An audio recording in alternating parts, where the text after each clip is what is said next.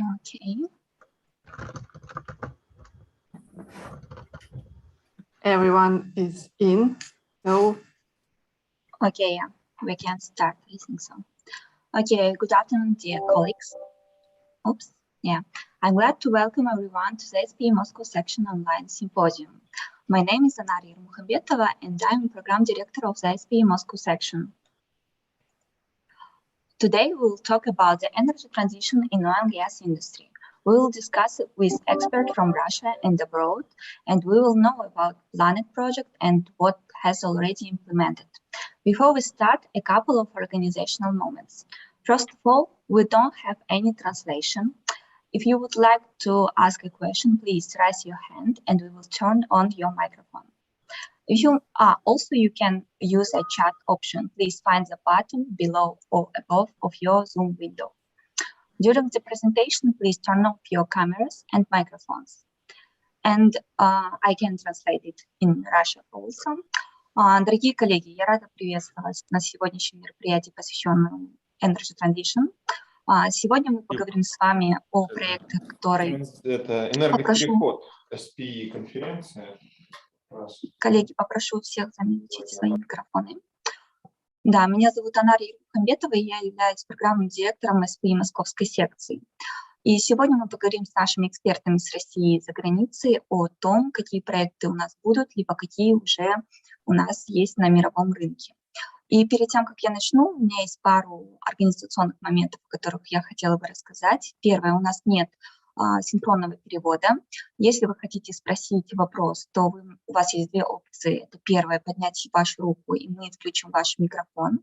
И вторая, вы можете воспользоваться возможностью написать ваш вопрос, и мы его озвучим.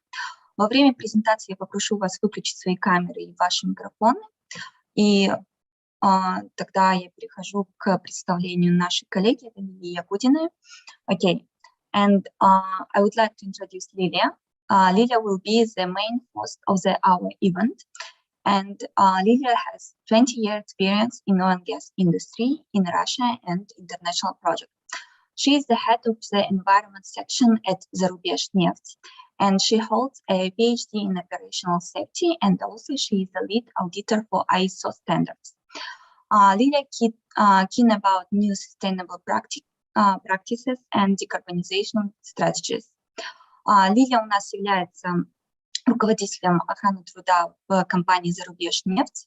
Лилия имеет у нас 20 лет опыта работы в нефтегазовом секторе на международных и российских проектах. И хотела бы передать далее слово Лилии, чтобы она уже вела наше мероприятие. Okay, Lilia, I will hand the floor over to you. Hello, dear participants. Hello, my dear speakers. Today, we are ready to introduce our speakers, and I hope this discussion about energy transition in Russia will be very fruitful for all of us. To be frank, I'm really happy to be the part of Russian Society of Petroleum Engineers, as I spent already more than 20 years with our society. So, colleagues, I am really happy to introduce our first speaker. It will be Mark Wilkie from Gaffney Clients, and he is the Carbon Managing Director for Europe, Africa, Middle East in Gaffney Clients, and he prepared very good, I hope, and I believe so, presentation about energy transition. So, Mr. Wilkie, let's start. Thank you. Thank you for the introduction, and thank you for the opportunity to share some insights and perspectives. Today I'm going to talk about where carbon pricing is moving from a global perspective and how we at Gaffney Klein are seeing it impacting on investment decisions and strategic decisions within this whole energy transition movement. So I'm just going to share my screen, and I hope you'll be able to see it.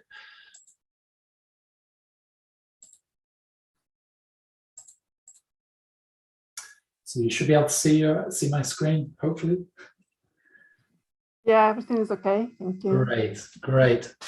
Yeah, so I mean, to start off with, I thought it would be useful just to kind of take a look at what is happening generally within the carbon markets and carbon pricing. And carbon pricing is certainly seen by the UN International Panel for Climate Change as one of the key instruments for supporting reduction in carbon emissions and in supporting the energy transition. But they also see the importance of using carbon pricing in conjunction with policy. And I think it's fair to say that things are moving and evolving very, very quickly. This is a snapshot of headlines over the last 6 to 9 months just in this year. And you probably saw some of the news coming out of COP26. One of the items in COP26 to be resolved, which was still outstanding for 5 years now, was something called Article 6, which was around establishing a global carbon market. And thankfully, out of the COP26 session, there was some agreement, although the details have yet to be finalized. But essentially, through COP26, there's an agreement between the nations of establishing carbon trading. So that's to say, to take credits from carbon removal projects and allow those to be used by other nations to reduce their reported emissions. Within the EU, as we'll see, there is both quite some growth in carbon pricing through the emissions trading scheme, the ETS. And there's also quite some developments going on which will impact not just Europe, but also a number of its major trading partners. And Russia is obviously one of those partners. China earlier this year launched its emissions trading scheme and became the biggest carbon market globally, although the price at the moment is still uncertain in terms of volumes of emissions. It is now the biggest.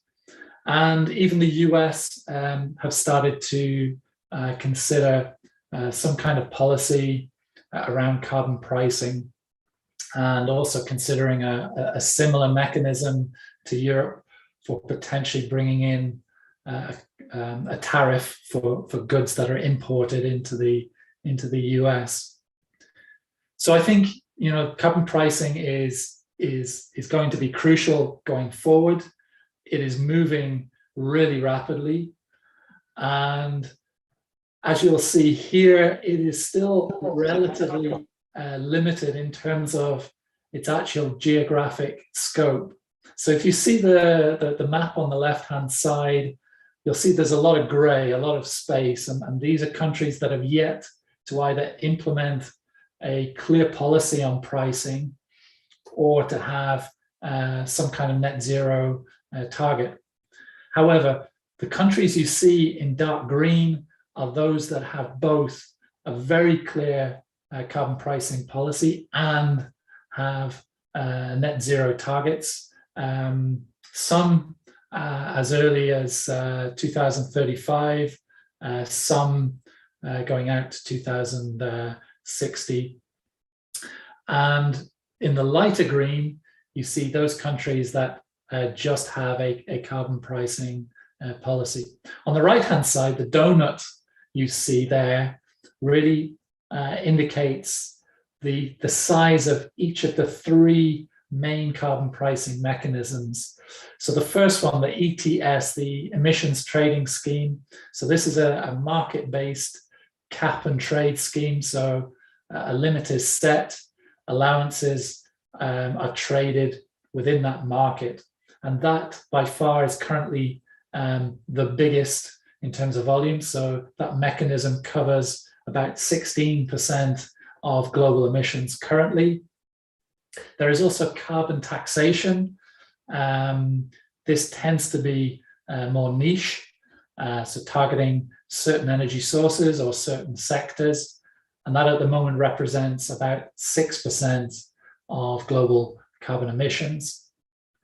Both of those schemes are what we call compliance-driven schemes, so that's to say it's a legal and a regulatory obligation to comply with those schemes. And finally, we have carbon credit schemes, which is generally a voluntary scheme where projects can register. So carbon removal projects can register in international registries to issue carbon credits according to the emissions those projects can remove. And that, as you can see, is very, very small. So probably less than 1%. So at the moment, carbon pricing, although it's moving quickly, and it is expanding rather rapidly, it is coming from a relatively low base. So at the moment, only 22% of global emissions are covered. The two big schemes, one is the European Emission Trading Scheme, and the second one is the Chinese Emission Trading Scheme. Now, if we look at how this potentially impacts not just energy producers, not just oil and gas, but actually the big energy consumers, you'll see from this center graph the spread of carbon emission intensity by sector, and intensity in terms of the amount of CO2 emitted for every €1,000,000 earned in terms of revenue. And what you see immediately from this graph is that there is actually quite a range. There are some sectors that are more intensive, so that's to say they emit more CO2 for every euro or dollar earned than others.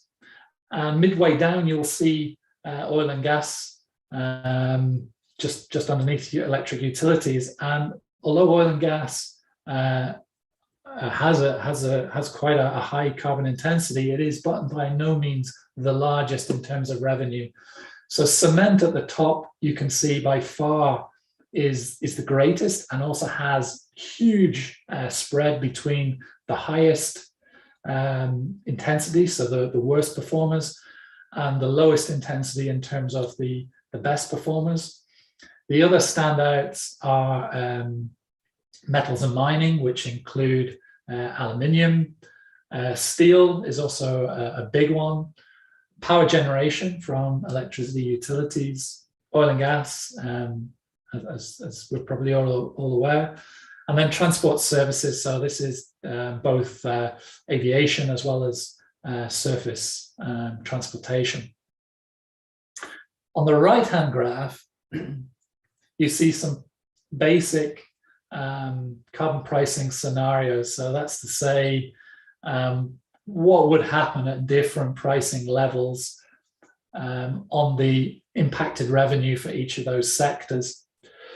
In green, you see a notional tariff of €50 a tonne, going up to €100 a tonne in the grey, to €150 a tonne in the red. And in this graph, you see the impact as a percentage of potential revenue. And again, what you see from this is that the big energy consumers, so the groups, the sectors that are taking the energy to produce their goods, are going to be most significantly impacted. Again, starting with cement, with a range of anywhere between 25 to close to 80% of their revenue potentially impacted. Again, steel, close to 20% at €150 a tonne. And then also power generation. So here you can see that actually with some moderate changes in carbon pricing, there could potentially be very big financial impacts to some of those bigger energy users, bigger emitting industries. So next, I just want to maybe describe a little more in terms of how the different mechanisms work, the nuances of each. And I'd say that there are really primarily three mechanisms: carbon taxation, emission trading schemes, which is a cap and trade scheme, and carbon credits. And each of these have their pros and their cons, so their advantages and disadvantages, and have differing levels of impact. It is possible in some markets where you see both carbon taxation and ETS, so it isn't necessarily that they have to be done independently. And as I say before, the carbon tax and the ETS schemes are usually a regulated scheme, so it is a legal obligation to comply with those, versus the carbon credit scheme, which is generally a voluntary project scheme. So on carbon taxation, the principle is that the emissions are given a known and a predefined value, and in some cases that value is escalated over time. The price by nature is stable, and it really helps in terms of being able to utilize that within your financial models, because you know exactly how a reduction of the carbon emissions will potentially give you earnings in terms of savings in terms of avoiding taxation. The difficulty with carbon taxation is that by setting the value, first of all, you could potentially be in a situation where the tax level is too high or too low according to your overall emissions target. So the target, the taxation rate is generally set, and then it isn't only until after the taxation rate is set that the actual emissions reduction will be known. So it's a little uncertain in terms of the emission level forecast. Then the ETS scheme, which is by far the biggest at the moment. This is a market-driven scheme, relatively complex. There is some volatility, but as you'll see from the European scheme, there is a general trend upwards. And the way the scheme works is that specific emitters are designated, are defined as having to comply with this scheme and are set an emissions target. There are a number of allowances within the trading scheme, and those allowances can be traded between groups that are saving or reducing emissions and those that are going over their limit in order to reduce their emissions. So the real advantage for this type of scheme is that an emissions target can be set, and then the price will move up and move down depending on whether the actual emissions are ahead or behind that target. So in principle, it's the most cost-efficient mechanism. The last one, which is kind of the smallest, and you'll probably see this most often when we talk about nature-based offsets. These are relatively small projects which can be registered under international registers, and for every unit of carbon that can be removed, every ton of carbon that can be removed, a certificate is issued. And again, it's a market-based scheme, so it really relies on companies wanting to buy those credits in order to reduce their reported emissions in order to drive the price of those credits. Here you'll see a selection of the ETS schemes on the left-hand side and a selection of the carbon taxation schemes on the right-hand side. In the grey windows, this is what the UN International Panel for Climate Change has designated as, let's say, the ideal carbon price window or corridor in order for carbon emissions to be reduced. So in 2020, they were recommending a carbon price corridor of between 40 to 80 euros, sorry, $40 to $80 per ton of CO2. And you'll see from each of those schemes where they sit within that window. And again, it's clear that very few schemes currently are high enough in terms of price in order to meet that window. So that's to say, the carbon pricing in general, where it is being implemented, is still a lot lower than it should be. And at the moment, in terms of volume, it means that probably less than 4% of global emissions currently sit within that recommended window. Now, the consequence of that is that actually, if the ambitions, if the targets are to be met, then pricing will have to increase. And that is something to be aware of. So the current prices we see today are probably far lower than they may be in the medium term. Going a bit more detail and giving an example of each of the key mechanisms.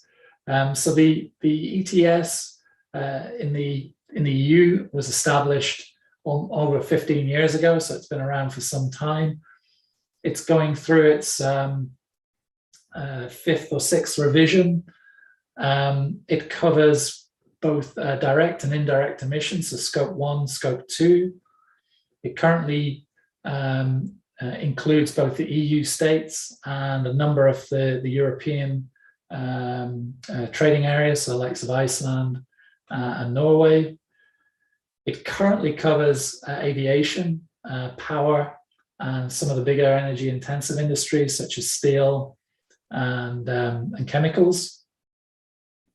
And recently the target for 2030 was to reduce emissions across the EU by 40%. And that has been recently revised to 55% and looks like it could even increase to 60% or over 60% by 2030. In addition, the sectors that it currently covers are going to expand. And as I mentioned earlier, one of the key elements that is due to be implemented and start from 2020, 2026 is the carbon border adjustment mechanism. And I think there's a dedicated session tomorrow on the CBAM scheme, so I won't go into too much detail there, but essentially this is a scheme to price carbon on both energy and products that are being imported from outside of the EU into the EU. And the primary purpose is to protect heavy emitting industries within the EU from foreign producers that are not currently subject to carbon pricing. But by nature, it will also start to drive those foreign producers to reduce their emissions. And Russia is a big trading partner with the EU around iron and steel, fertilizers on phosphates, even power and aluminium. And so those industries, potentially are going to see some impact once that mechanism is implemented. The snapshot on the right-hand side, you'll see, was actually taken in October, showing a price of around 58 euros. As recently as the end of November, that price had exceeded 70 euros. So you can see here that, again, the price is moving upwards and it's moving really, really rapidly. The second scheme mechanism, just as an example, is the industry carbon taxation scheme introduced in the Netherlands. This was brought in at the end of 2020 and became live beginning of this year. And the Dutch government decided that there was a number of key industries which had not made sufficient progress. And so they brought in a carbon tax on those industries, and it covers about 235 companies. It works in tandem with the ETS, but it sets a floor price. So again, it sets certainty. So it is targeted at industrial emitters only. It tends to be the larger, heavy industrial emitters, and there is a price set for each year. And of course, in the short term, that's going to cause a bit of pain for those industries. But in the medium term, it will also give them certainty in terms of how they should be making their investments to reduce those emissions. The third scheme I wanted to quickly mention was the tax credit scheme introduced in the US to support investment in carbon capture and storage. And it's a scheme that, again, was implemented some time ago, but we are seeing growing interest from investors as well as producers and emitters to try and utilize this carbon tax credit scheme. And a bit like the carbon taxation, the tax credit is a fixed known price. It runs for a period of 12 years, and it is escalated over those 12 years. So from an investor point of view, it really gives a strong certainty in terms of the revenue that can be earned from those carbon capture and storage projects. The scheme is going to go through another version next year. So at the moment, there are two tariffs, one for capturing and utilization, or for enhanced oil recovery, which is about $35 a ton, sorry. And there is a second tariff at the moment, which is $50 per ton for capture and permanent storage. And the second one will increase, we believe, to around $85 a ton, probably by the end of next year. So those are kind of examples of where each of those three mechanisms are being implemented around the globe. Next, I just wanted to kind of share with you some insights in terms of where our clients have and show some interest in where carbon pricing is going and how that kind of influences their decision making. So very often, or increasingly often now, we are looking at future carbon pricing scenarios on a producer's portfolio and how that impacts their potential cost of production, and also how that positions them globally against other producers. We're also looking from a project perspective. So we have a number of clients that have a target or wanting to completely decarbonize their production. And an important part of this is really to understand the relative costs to reduce those emissions by solution.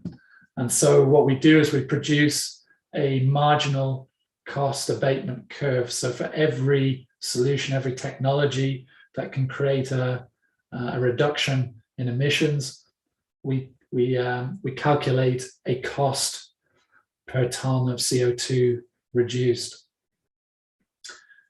We're seeing some increasing interest in hydrogen production, initially on blue hydrogen production, so taking natural gas through a standard reforming process and using carbon capture to take away the CO2 emissions. And again, carbon pricing has a role to play in terms of understanding the price sensitivity, the cost sensitivity of hydrogen versus a conventional natural gas or even a liquids fuel supply, which is relatively more carbon intensive. The one I wanted to share with you in a bit more detail is using it to assess the investment opportunity for carbon capture and storage. And this is really understanding what the relative costs are, again, in terms of cost per ton captured, cost per ton transported, and ultimately stored. And we are looking across the full CO2 value chain, so all the way from emission through to storage. And yeah, basically we start with trying to identify potential CO2 sources, both in terms of the volume, but also the type of emission, and I'll show you later the importance of that, within the radius of either a pipeline or potential depleted reservoirs or aquifers that we could use as stores. We then assess from a techno-economic point the case for capturing those CO2 sources. We look at validating the capacity, the injectivity, the integrity of the stores. Again, that validation process ultimately ends up in a cost. So we're looking at the potential cost for a particular sink store to store that CO2. We conduct a regional mapping of all those potential stores and come up with the optimal stores, given the volumes to be sequestered and given the relative cost of each of those ones, and then in the end build a financial investment case. For the various CO2 sources, the cost of capturing those is very much dependent upon the pressure of the emission stream and the concentration. And what you see is those that are emitted at higher pressures, higher concentrations, are a lower cost than those that are emitted at atmospheric pressures and lower concentrations. And an example of that is on natural gas processing, which is a higher concentration rate, and power generation post-combustion, which is a lot lower concentration at atmospheric pressure. And so the complexity of capturing those different sources varies quite widely, and therefore the cost and the size of that equipment also varies quite widely. And again, a measure of that is in terms of what it costs per ton to be captured. What we see here is that there are a number of those high pressure, high concentration sources that are a lot lower in cost when you compare it with some of those lower concentration sources from post-combustion. And those higher concentration ones are typically sources that also already have some capture equipment built in to the process. So for gas processing, for example, which again further reduces those costs. If we look at carbon pricing then, and how that affects the viability of capturing those sources, the capture ready ones, the ammonia, the ethylene oxide, those are gas processing, those are ones we're calling capture ready. And at the moment, a $35 per ton carbon price would make all of those viable. If we look a bit further up in terms of capture for hydrogen, so blue hydrogen production, that $50 per ton would enable that type of scheme to become viable, but it's still too low for the post-combustion, low intensity, low pressure emissions. For those to be captured, you really need somewhere between $75, maybe even $100 a ton before you start to see some potential to reduce those emissions using CCUS. So just to conclude and wrap up, what you'll see is the coverage of carbon pricing is still relatively limited, but it is growing. It's growing very, very quickly. And as you can see, even the schemes that are outside of particular countries are starting to bring in and have impact on their trading partners. Heavy industrial consumers are probably going to be the highest impacted to begin with. The pricing we're seeing in general is probably too low. So, you know, what we see globally as pricing is definitely going to go upwards. There is only one direction if it's to become a useful instrument. Our clients are certainly increasingly looking to carbon pricing as part of their decision making. And we're seeing from a carbon capture and storage point that, yeah, the price in certain markets where it exists is beginning to get to that tipping point to make it viable. And so we see that as becoming a big opportunity, certainly within the short to medium term. With that, I'd like to invite any questions. Thank you, dear Mark. It was a really brilliant presentation. I think everybody can confirm that you provided us with all the tools for energy transition in Russia and any countries.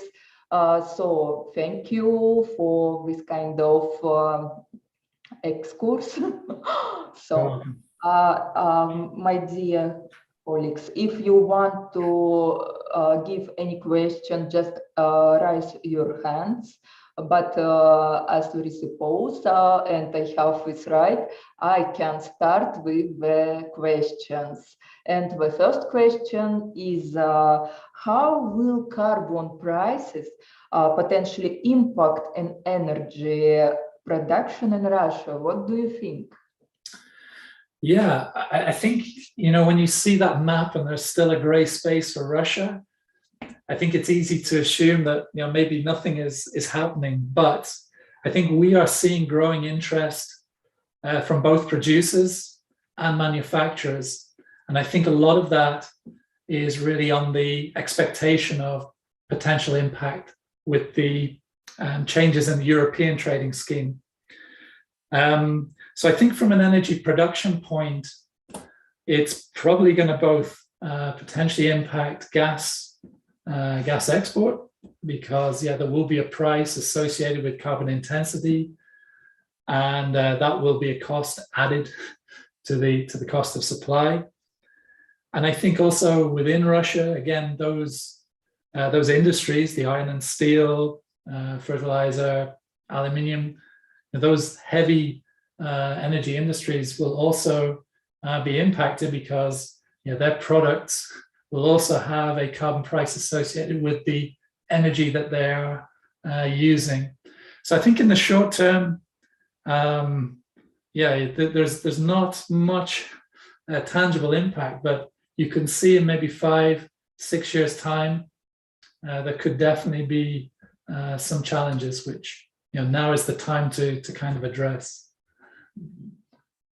Thank you for your answer. If there is any questions around. I see a request to provide presentations. I think all the presentations will be shared on the SPE website. Excuse me, I guess there's some questions in the chat, in the Zoom chat.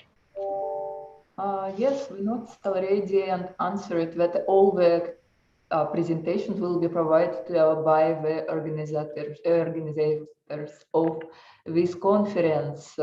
It will be available very soon. Okay, I see that question from Nikita Petrachkov. Okay, I can read it. I would like to ask about RIC, Renewable Identification Number system, that is used in USA now. Is it some kind of carbon pricing? Can you say something about it?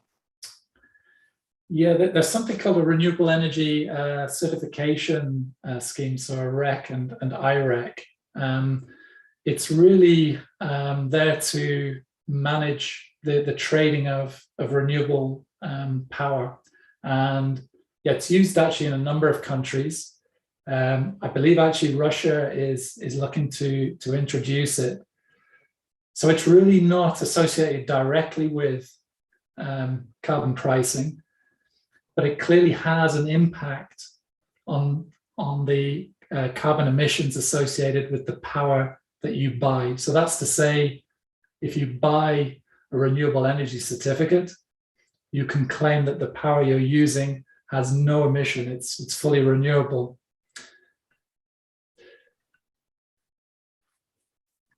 Okay, thank you, Mark. I saw that Darcy, you had a question. I was going to ask Mark a quick question if I could jump the Sure, queue. yeah, please. I'm a presenter, so I got the feed. Hey, Mark, excellent summary. Wondering if you could comment on the difficulty of the European trading system because it crosses so many borders versus carbon trading systems that are supported by one jurisdiction. I just find it very fascinating, and I'd like to hear your comments versus the Canadian system that's very well defined per province and robust. Yeah, no, it's a good question. And I think there's a huge amount of sensitivity both within Europe and outside of Europe from a trading agreement point. And I think that's why there's going to be such a long lead time into this. So we're talking 2021 now. There will start to be the framework established around 22, 23, and then implementation will start 2026. But even in implementation, it will be phased. Now, the real complexity of this, beyond the sensitivity between being seen as a potential tax barrier or a trade barrier, is the complexity of being able to assess the intensity of a product produced in one country to another. So that's to say, how do you take, or what do you use as a benchmark for steel produced in Canada or Russia or India? How do you calculate that?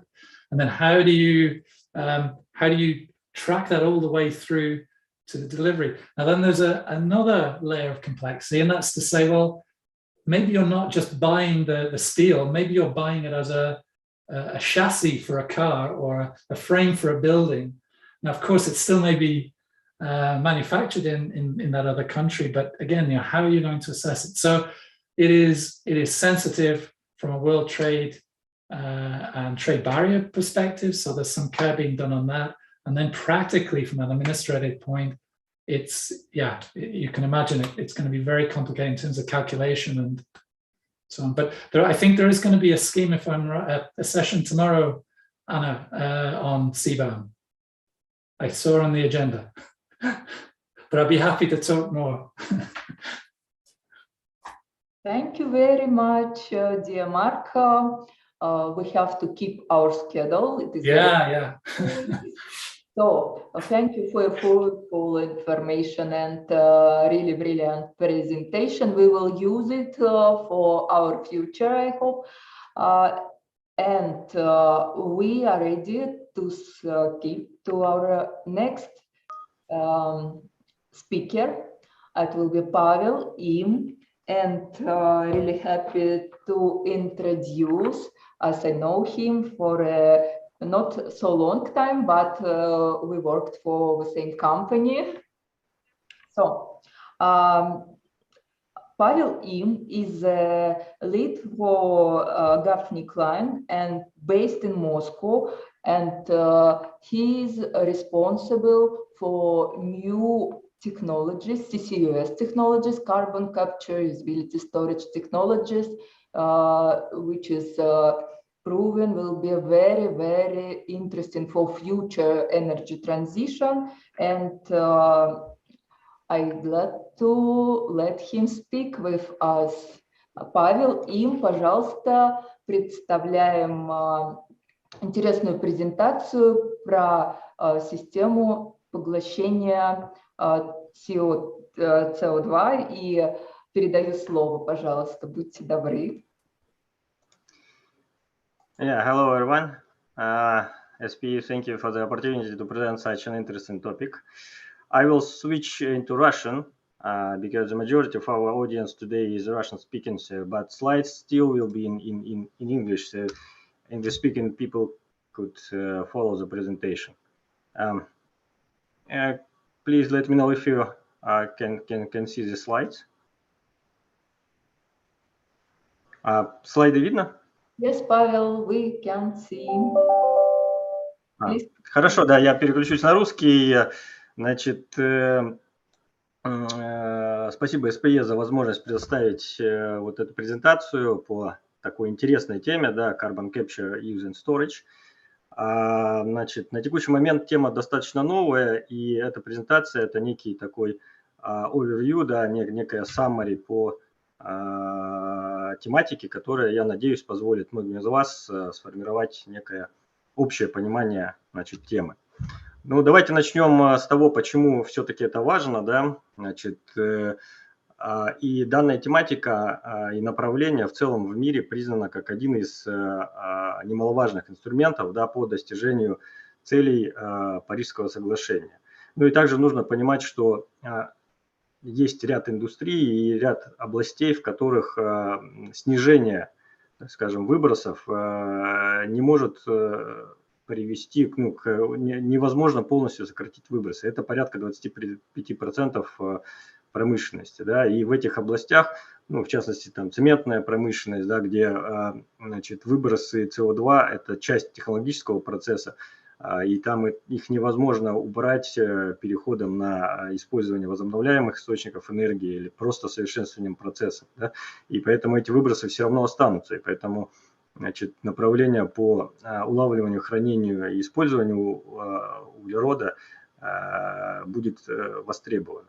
Но опять же, если мы посмотрим, да, вот здесь на слайде представлено, значит, прогноз Мирового энергетического агентства, который говорит о следующем, да, что в 2021 году значит, на текущий момент в мире всего улавливается и захоранивается порядка 40 миллионов тонн в год СО2. И фактически на данный момент действует 26 активных проектов всего в мире. Но если посмотреть на дальнейшие прогнозы и развитие, то мы видим, ну, кратное увеличение потребностей. Да? То есть по прогнозу к 1935 году уже порядка 1 700 000 значит, тонн необходимо будет улавливать и захоранивать. Да? А к 1950 году, опять же, чтобы достичь, так скажем, целей, поставленных Парижским соглашением, необходимо улавливать и захоранивать порядка 7,6 миллиарда тонн в год. А это гигантская сумма, да, которой необходимо стремиться. И видно уже сейчас, что данное направление будет экспоненциально расти. И если сейчас, ну, опять же, по статистике существует 26% проектов всего в мире, да, работающих в данном направлении, есть еще несколько десятков проектов, которые находятся в стадии развития, да, в стадии оценки, но опять же их суммарная, значит, мощность, да, ну, то, что видно сейчас, это порядка 100 миллионов тонн в год. А как вы видите, да, через, ну, условно говоря, через там 10 лет надо кратно повысить, даже, ну, на 2 порядка повысить количество улавливаемого и захораниваемого СО2, поэтому данное направление будет активно развиваться, и эта индустрия, целая индустрия будет формироваться в этом направлении. Ну, давайте, значит, обозначим понятия, да, которые входят в это направление. Это Carbon Capture, Use и Storage. То есть под углеродом в данном направлении имеется в виду, значит, углекислый газ, который получается в результате сгорания ископаемого топлива, да, или как часть технологического процесса. Опять же, есть СО2, так скажем, который изначально присутствует в воздухе, да, в атмосфере, но это уже другое направление немножко, так называемое есть Direct Air Capture, да, это фактически улавливание с атмосферы, но так как там очень низкие количества, так скажем, концентрации СО2, то это немножко другое направление. Здесь, в частности, основной фокус именно на выбросы углерода. Под capture, улавливанием, да, соответственно, понимается выделение углекислого газа от других газов, да, в потоке так скажем, ну, неких выхлопных газов, да, на выходе из источника. Ну, опять же, есть различные источники, которые классифицируются по концентрации СО2 в потоке. То есть, ну, вот высокая концентрация – это более 80%, средняя от 15 до 80%, и низкая концентрация – это менее 15%. И концентрация является одним из важных показателей, потому как концентрация СО2 в потоке, она напрямую определяет ту технологию, которой необходимо, да, улавливать этот углекислый газ. Под использованием, опять же, понимается преобразование углекислого газа в какой-либо полезный продукт. На текущий момент углекислый газ применяется как в пищевой, металлургической, химической промышленности, да, но объемы они относительно, так скажем, выбросов очень-очень малы. Но опять же, отдельно можно выделить использование СО2 как, значит, агент в методах увеличения нефтеотдачи, да, использование, соответственно, газа для закачки в нефтегазовые пласты с целью увеличения коэффициента извлечения нефти. Ну и под хранением, под storage имеется в виду, значит, закачка СО2 в геологические пласты и надежное долговременное захоронение в этих пластах. Если посмотреть на цепочку создания ценности, да, то есть вот здесь на диаграмме она для простоты представлена, видно, что есть некий источник, да, после источника стоит,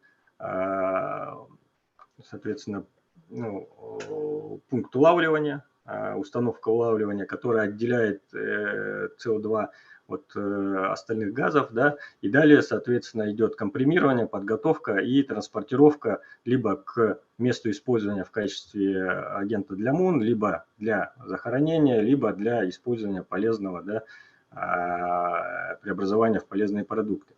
Но опять же, что хотелось бы отметить, что именно нефтегазовая отрасль, она лучше всех других отраслей подготовлена к тому, чтобы лидировать это направление. Именно в нашей с вами нефтегазовой отрасли накоплены гигантские знания, компетенции, технологии, которые позволяют реализовывать данные проекты уже сейчас. То есть мы больше всех знаем о геологии, да, пластов, мы больше всех знаем о бурении, строительстве скважин, значит, транспортировки, в том числе и даже об улавливании. Также именно наша индустрия знает больше всего, потому что методы улавливания, которые сейчас активно используются, изначально были разработаны в процессе подготовки газа, да, товарного газа и очистки его от различных примесей, в том числе от СО2.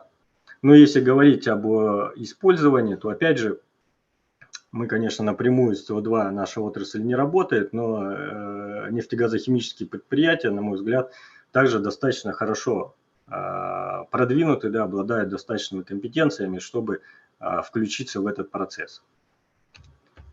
Несмотря на то, что, как я уже сказал, существует уже ряд технологий, да, позволяющих реализовывать проекты, и более того, уже существуют проекты, которые фактически эксплуатируются уже несколько лет, да, ну там, условно говоря, максимум 10-15 лет, может быть 20. Необходимо отметить, что большинство технологий находится еще на стадии R&D, да, на стадии неокр. Вот здесь представлена диаграмма с TRL, если вы знакомы, да, это Technology Readiness Level, который показывает, чем выше, соответственно, цифра TRL, тем более готова технология коммерческой промышленной эксплуатации. То есть вот 8-9 уровень – это фактически уже коммерческая промышленная эксплуатация, да, первый уровень – это концепция. Ну и видно сейчас, что в принципе как бы везде есть технологии, которые уже готовы к эксплуатации, но очень большой пул технологий находится в разработке. Да? А наиболее зрелая с точки зрения технологий здесь компрессия, транспортировка. В принципе, СО2 это газ, с которым достаточно давно работают, каких-то там, ну, очень сложных вещей, связанных с ним, нет, он не настолько агрессивен, да, интересный газ, я немножко об этом расскажу, но тем не менее, с точки зрения, так скажем, самих технологий, здесь практически все решено, да. С точки зрения улавливания существует аминная технология, да, аминная чистка давно применяется в газоподготовке, есть уже и фактически проекты CCS, на которых данная технология значит, реализовано. Но тем не менее существует большая часть технологий, которые находятся в разработке, и основные направления по улучшению – это, конечно же, повышение эффективности и экономической целесообразности, да, этих вещей. А то, что касается самого хранилища, также накоплена большая информация. В целом, то, что касается водоносных горизонтов или истощенных нефтегазовых месторождений, достаточно большое понимание существует. Здесь, в принципе, в целом, ну, какое-то понимание есть, да. Но, тем не менее, есть еще над чем работать. Ну, и также тоже касается, значит, использования. Частично, значит, СО2 используется, да, как полезный агент, как я уже говорил, там, в химической промышленности, в производстве удобрений, в металлургической промышленности. Но, опять же, объемы этого использования, они значительно меньше, чем тот СО2, который необходимо улавливать и, значит, как-то использовать. Вот. Ну и здесь, как ожидается, будет один из основных прорывов, да, потому как, ну, если научиться правильно, экономически эффективно использовать СО2, то это будет очень хорошо для дальнейшего развития. Значит, давайте немножко более подробно поговорим о том, что такое все-таки углерод, да, что под ним понимается. То есть под углеродом, как мы уже говорили, понимается углекислый газ. Этот газ очень интересен с точки зрения работы с ним, да.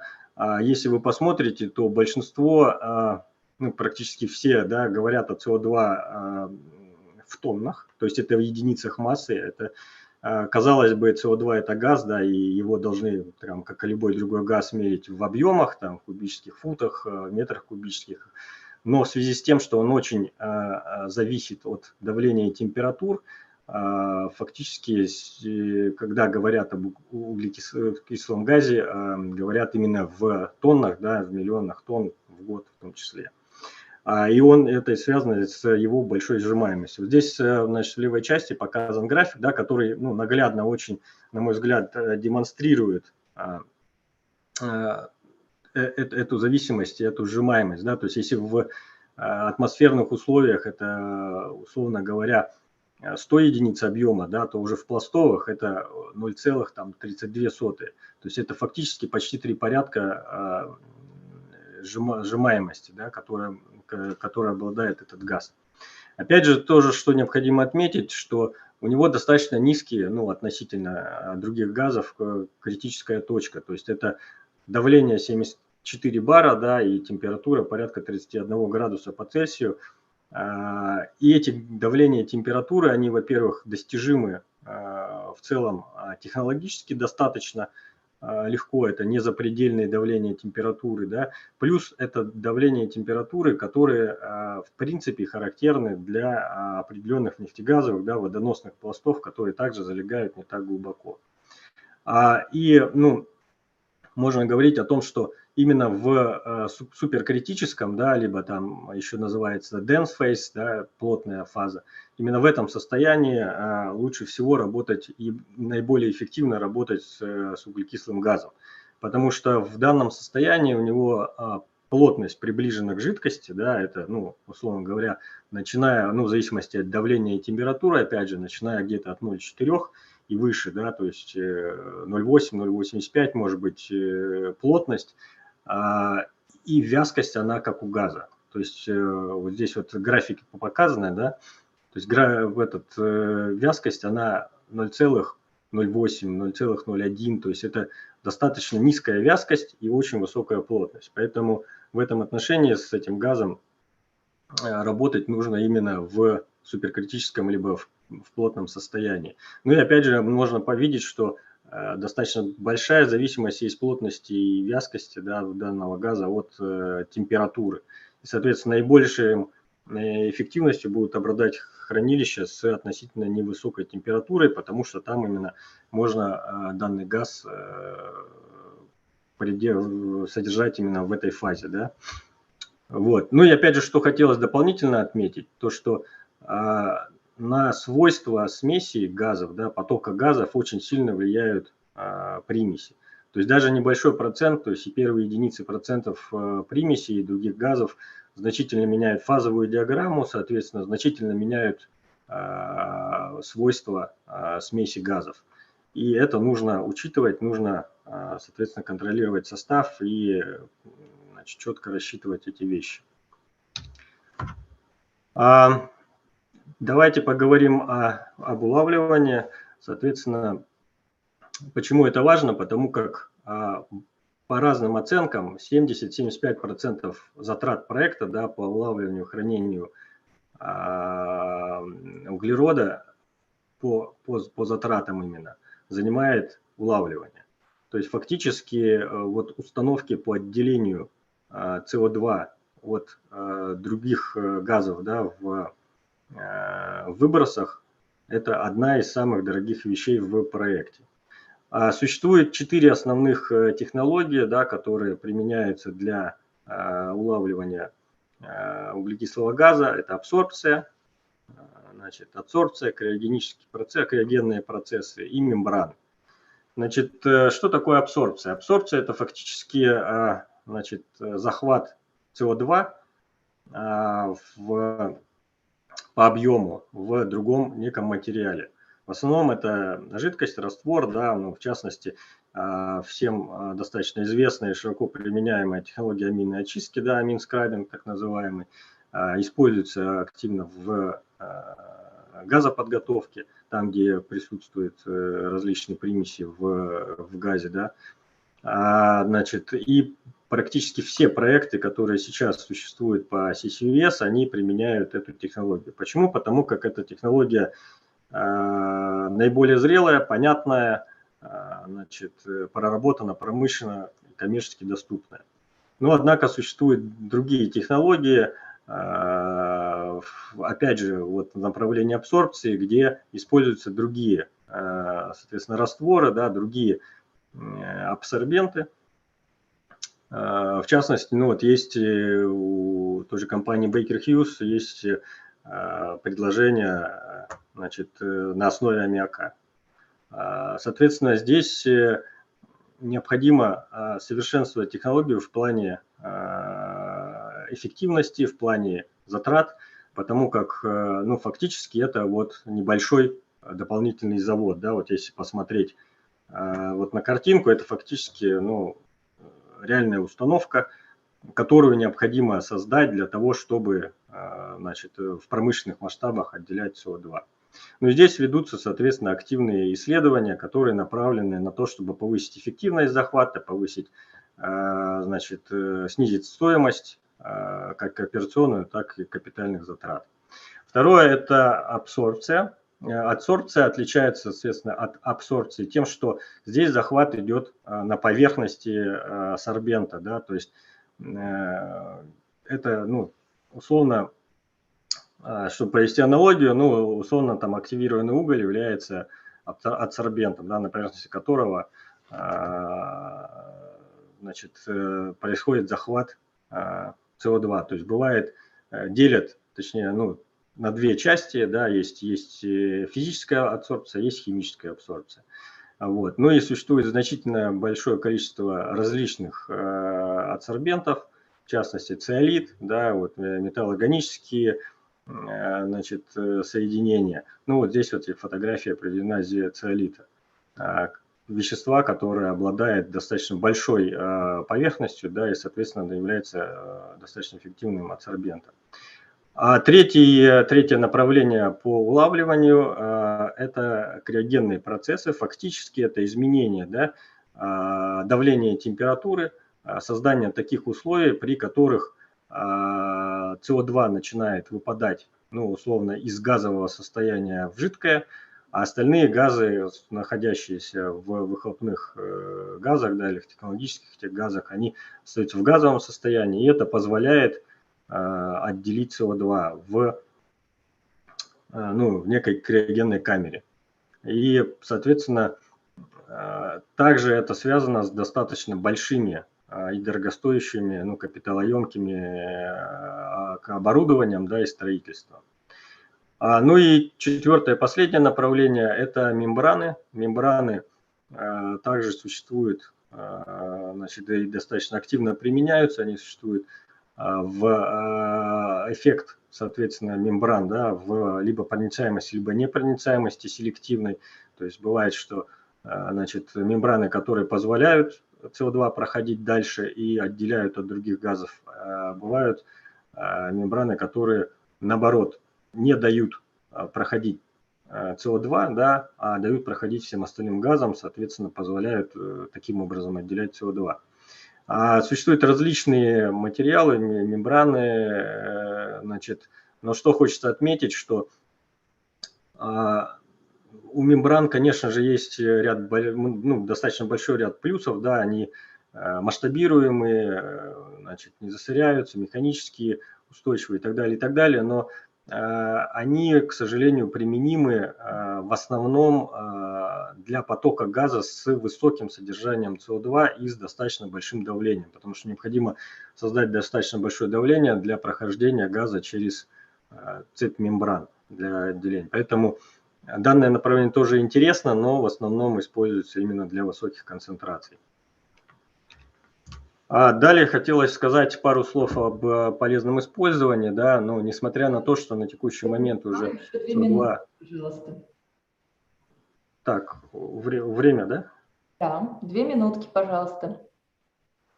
Ну, давайте ускоримся, значит, тогда про СО2 использование особо говорить не буду. Главное состоит в том, что это направление активно прорабатывается, существует большое количество стартапов в этом направлении. Вот. Но, тем не менее, потребность, да, и потенциальное количество использования СО2 в полезные продукты, оно кратно меньше той потребности в улавливании, которая существует. И поэтому большинство проектов, ну и в том числе с тем, что это направление незрелое, вообще исключают use, да, и называют свои проекты CCS, то есть Carbon Capture Storage. Поэтому, значит, ну давайте дальше пройдем. То, что касается непосредственно хранилища.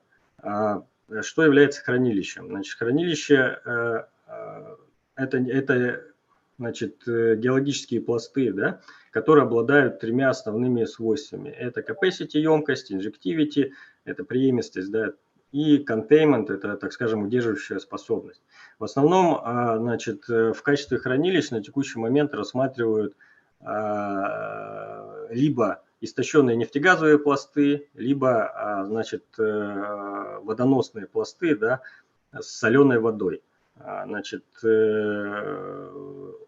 также к хранилищам относят в том числе и угольные пласты, да, глубоко залегающие, ну и так называемые unmineable, те, которые невозможно разрабатывать. Вот. Ну и соляные пласты, ну это уже такая больше экзотика. Сейчас в основном все говорят о 2 направлениях, это истощенные нефтегазовые пласты и водоносные горизонты. Глубина, соответственно, рассматривается выше 800 метров. Здесь 2 основных критерия. То есть первое – это то, что в пласте должны создаваться правильные термобарические условия для того, чтобы СО2 находился в суперкритическом или плотном состоянии. А второе – это, так скажем, для того, чтобы отделить данные пласты от потенциально, ну, полезной питьевой пресной воды, да, пластов, которые водоносных, которые залегают, значит, не так глубоко. В основном, опять же, используются песчаники, да, но опять же есть и карбонаты. Почему песчаники более преимущественно? Потому что песчаники легче предсказывать, значит, они не подвержены химическим процессам, поэтому, ну, меньше, так скажем, повреждены, ну, как имеют меньшее количество разломов и так далее, и так далее. Но опять же важная характеристика у хранилища должна быть покрышка. Надежная покрышка, которая обеспечит надежное удерживание в пласте. Так, то, что касается хранилища, хотелось бы сказать по емкости. Да, емкость – это тот объем СО2, который мы можем поместить в хранилище. На текущий момент база фактически по оценке, она только формируется, существует несколько различных систем. В частности, есть, ну, ОСПЕ разработала в 2017 году, утвердила систему SRMS, Storage Resource Management System, да, Guidelines, которая позволяет которая разработана на основе системы ПРМС по запасам, да, она очень похожа на нее и позволяет, так скажем, использовать некий унифицированный подход. Опять же, нельзя сказать, что сейчас все однозначно используют и принимают ее так же, как систему ПРМС, да, но тем не менее важно отметить, что вот есть такая инициатива Oil and Gas Climate Initiative, куда входят крупнейшие нефтегазовые компании, да, порядка 30% добычи обеспечивающие в мире, они данной системой пользуются. И даже недавно вот выпустили каталог в 2020 году по CO2 Storage Resources, да, по 18 странам. Опять же, существует два подхода по оценке емкости. Это волюметрический, фактически это расчет объема, да, ну, либо 3D-моделирование. Формула по расчету объема, она достаточно проста, но здесь есть интересный момент такой, да, что не весь поровый объем может быть использован для хранения.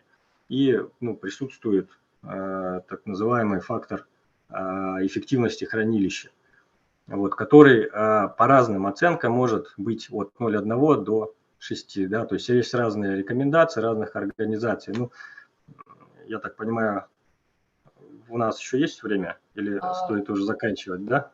Нет, стоит уже закончить. Стоит уже закончить. Хорошо, здесь на самом деле, я думаю, презентации поделимся. Тема очень большая, обширная.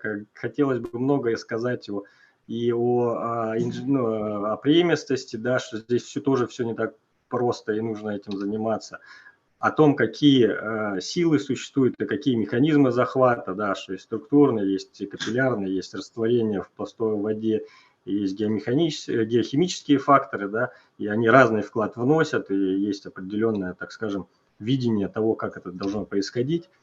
Вот, и о том, что существует определенный жизненный цикл проектов, но все наши проекты, они здесь находятся в самом начале. Поэтому, есть стандарт ISO 27914, да, который относится именно к хранилищам, и там определены технические критерии, но помимо них необходимо смотреть и другие факторы, которые также важны для выбора правильного хранилища, да, и для характеризации, соответственно, хранилища. Также есть факторы, которые характеризуют геологию, геологические параметры, но очень также важны факторы, которые относятся к поверхности. У меня все тогда, очень кратко. Павел, благодарю вас. Очень отличная презентация. Действительно, хочется говорить об этом бесконечно долго, потому что тема перспективная. В Российской Федерации, в Минэнерго уже написали целую стратегию, есть государственная программа по развитию данных технологий. Скажите, пожалуйста, просто быстрый ответ. На какую из российских компаний можно делать ставку? Какая компания зашла дальше, чем другие компании? Знаю, «Газпромнефть» ведет эти исследования, R&D проекты.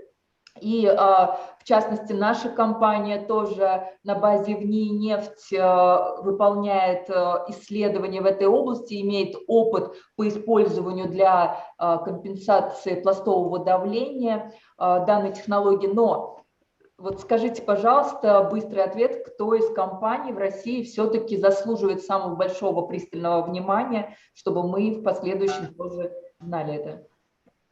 Из того опыта, который у нас есть на текущий момент, да, наиболее активно, как вы правильно отметили, компания «Газпромнефть», они активно прорабатывают это направление, в том числе в части операторства, да.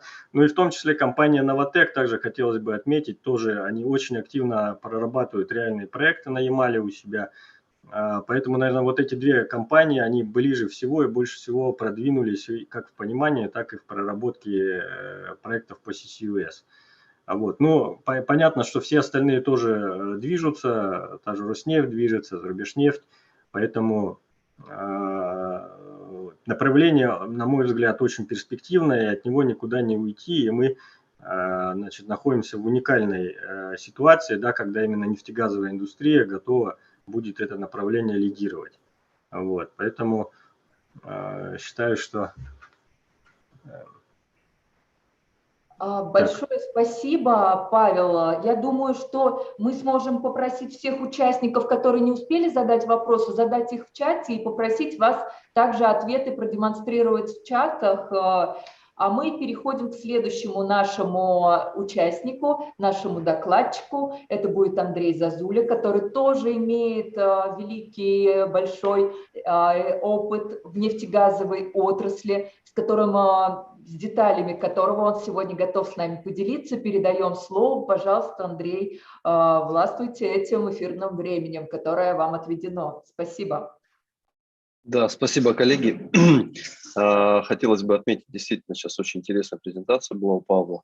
И продолжая как раз вот его тему по сокращению выбросов, и в частности наш опыт по работе, тот, который мы накапливаем по сокращению выбросов, и именно закачка СО2 в том числе. Да, коллеги, хотелось бы начать непосредственно с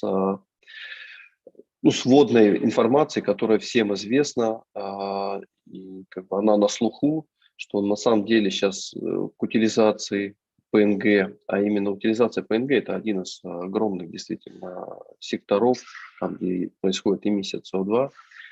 Сейчас фокус очень высокий на этот сектор.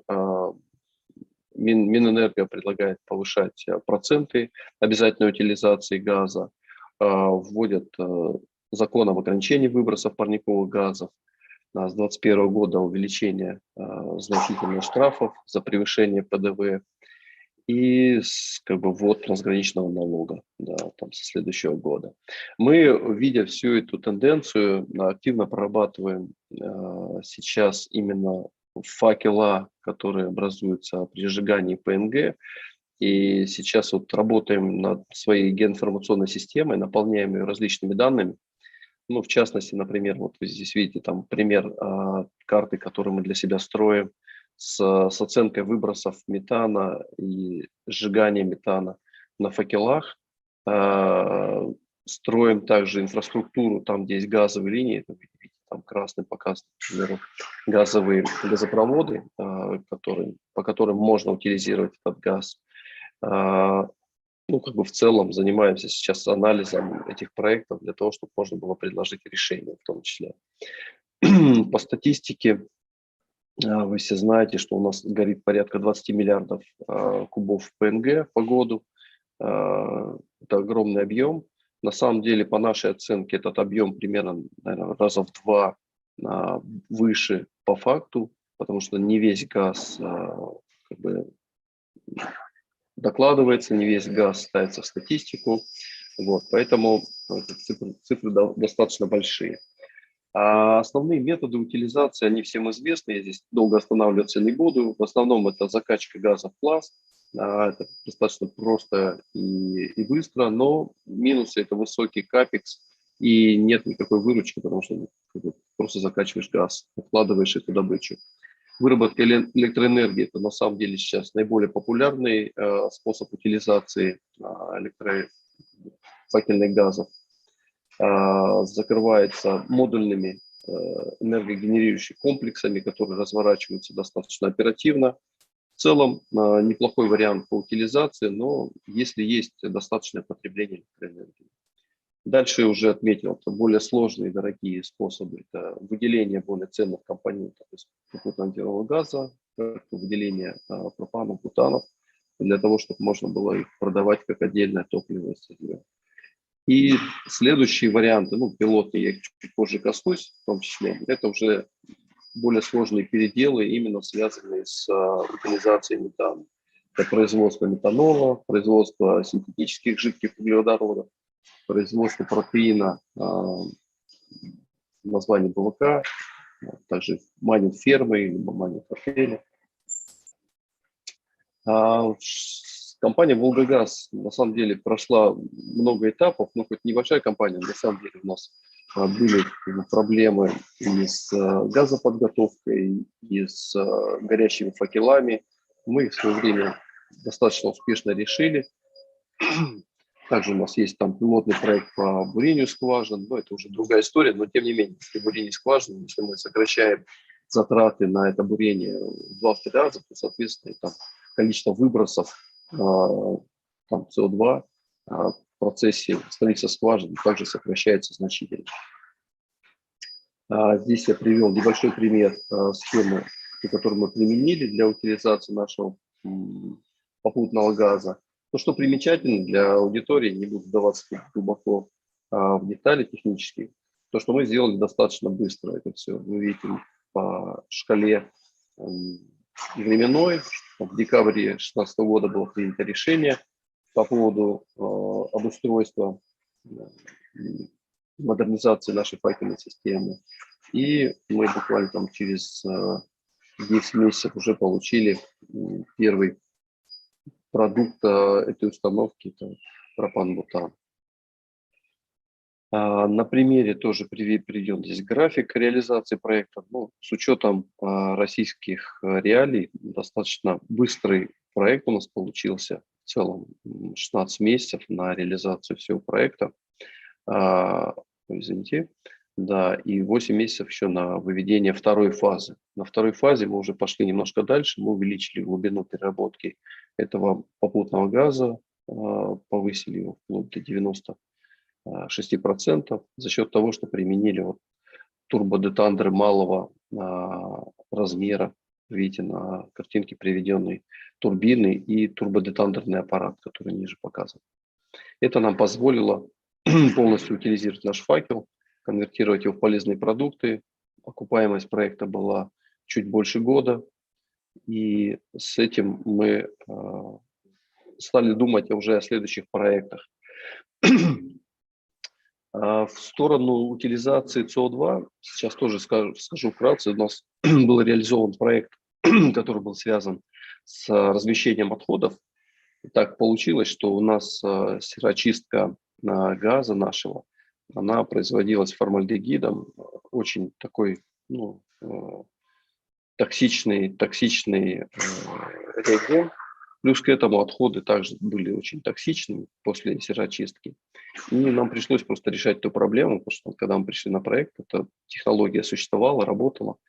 И мы за 2 года реализовали проект, где мы подобрали ловушку под закачку, организовали полигон под закачку и реализовали проект закачки в глубокие горизонты.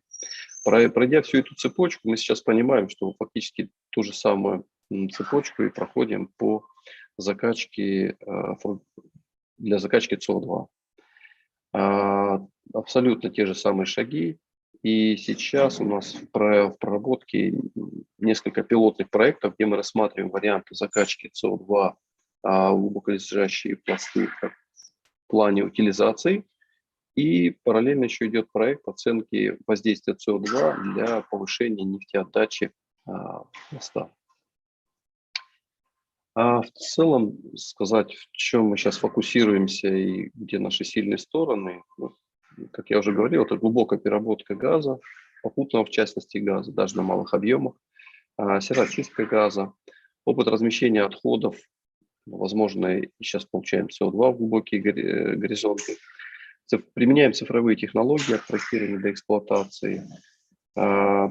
Хорошо разбираемся в документации, экспертизе. Ну, вот тот спринт, который я вам показал, там, 16 месяцев от решения до запуска установки, он возможен только когда действительно очень правильно все можно выстроить в проекте.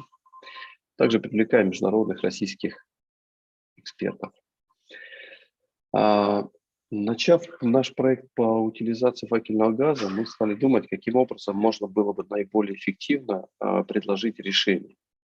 Потому что есть масса проектов, когда большие компании, вертикально интегрированные компании, начинают заказывать проект обустройства факельного газа, начинают оценивать стоимость оборудования, стоимость запуска и эксплуатации. И у них получается по экономике негативный результат.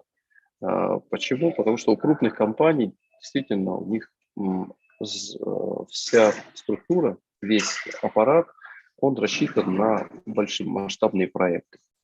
А, как правило, факельные газы и факел сам по себе – это на самом деле такой мешающий больше фактор, который мешает добывать и разрабатывать большие месторождения. Почему? Потому что вот с этим небольшим объемом газа, условно, если сравнить его с объемом нефтедобываемой, приходится заниматься достаточно скрупулезно и тратить много ресурсов на него. И как вы видели, что действительно почему эти факела горят, потому что для крупных компаний обустроить эти факела стоит очень и очень дорого. В нашем проекте нам удалось реализовать утилизацию попутного газа достаточно компактно и эффективно. Я же сказал предварительно, что у нас экономика была там год с лишним, у нас была окупаемость проекта.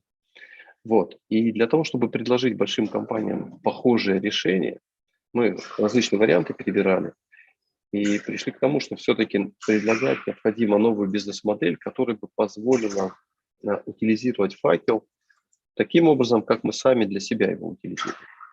И мы предложили модель, когда мы покупаем факельный газ непосредственно прямо на факельной установке, покупаем факельный газ, подписываем там договор аренды факельного хозяйства, берем небольшой участок земли вокруг этого факела и дальше уже развиваем полностью собственный проект, который никаким образом не смешивается с проектом недропользователя. И по этой бизнес-модели мы сейчас и предлагаем такой подход. Наш инвестор полностью готов инвестировать, то есть нам не требуются никакие средства недропользователя, то есть проводим аудит факелов, потом оцениваем затраты, которые будут связаны на утилизацию этого факельного газа, и уже предлагаем недропользователю стоимость покупки этого факела. Дальше проводим тестирование и начинаем заниматься обустройством. По срокам я вот здесь сориентировал, но это сроки такие. В лучшем раскладе, когда мы достаточно быстро двигаемся с недропользователем.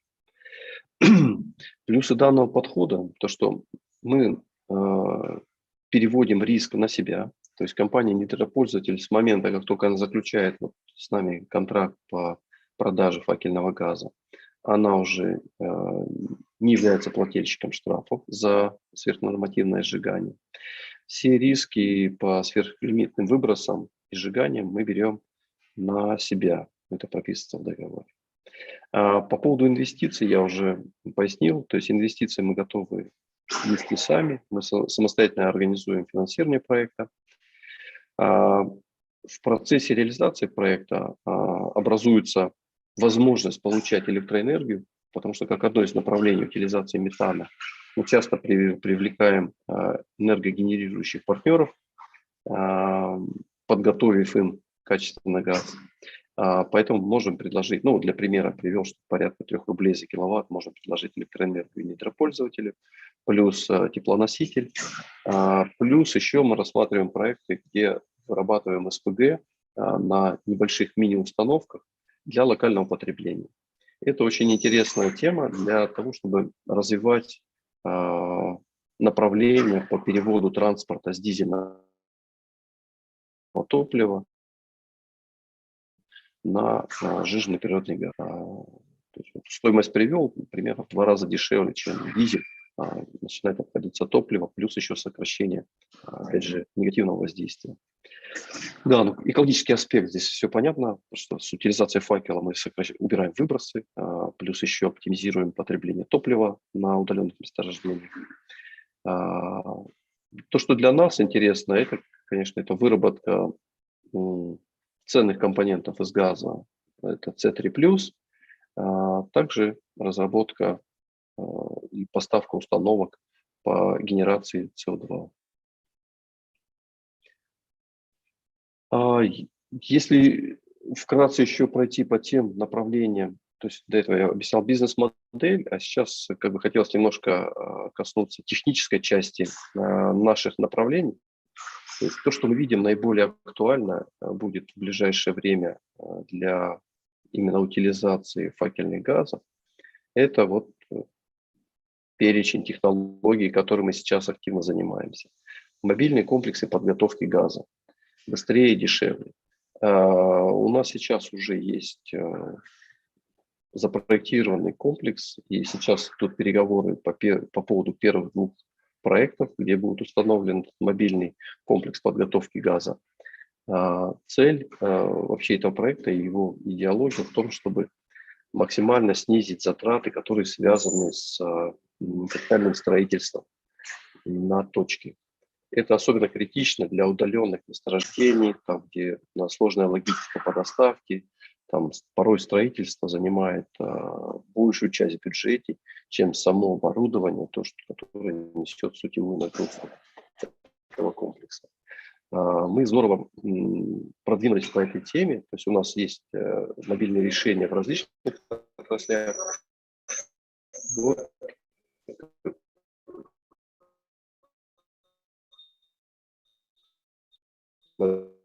Мобильный КПГ – это одна из сложный комплекс, тот, который связан уже с выделением сугов. То есть также решить в мобильном исполнении уже небольшой газоперерабатывающий завод, можно так сказать, то есть который выделяется 34. То есть это с мобильными колоннами, с мобильной системой функционирования. Это вот тоже у нас находится в разработке направления. Как я уже коснулся, 3-й элемент – это мобильный комплекс СПГ. Это, опять же, не строя каких-то капитальных сооружений, быстро организовать, доставить в модульном исполнении,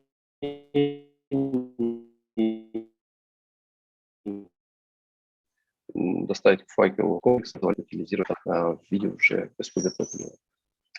Из более таких глубоких и сложных, может быть, проектов, это у нас вот следующая часть, это идет установка производства синтетических углеводородов из ПНГ.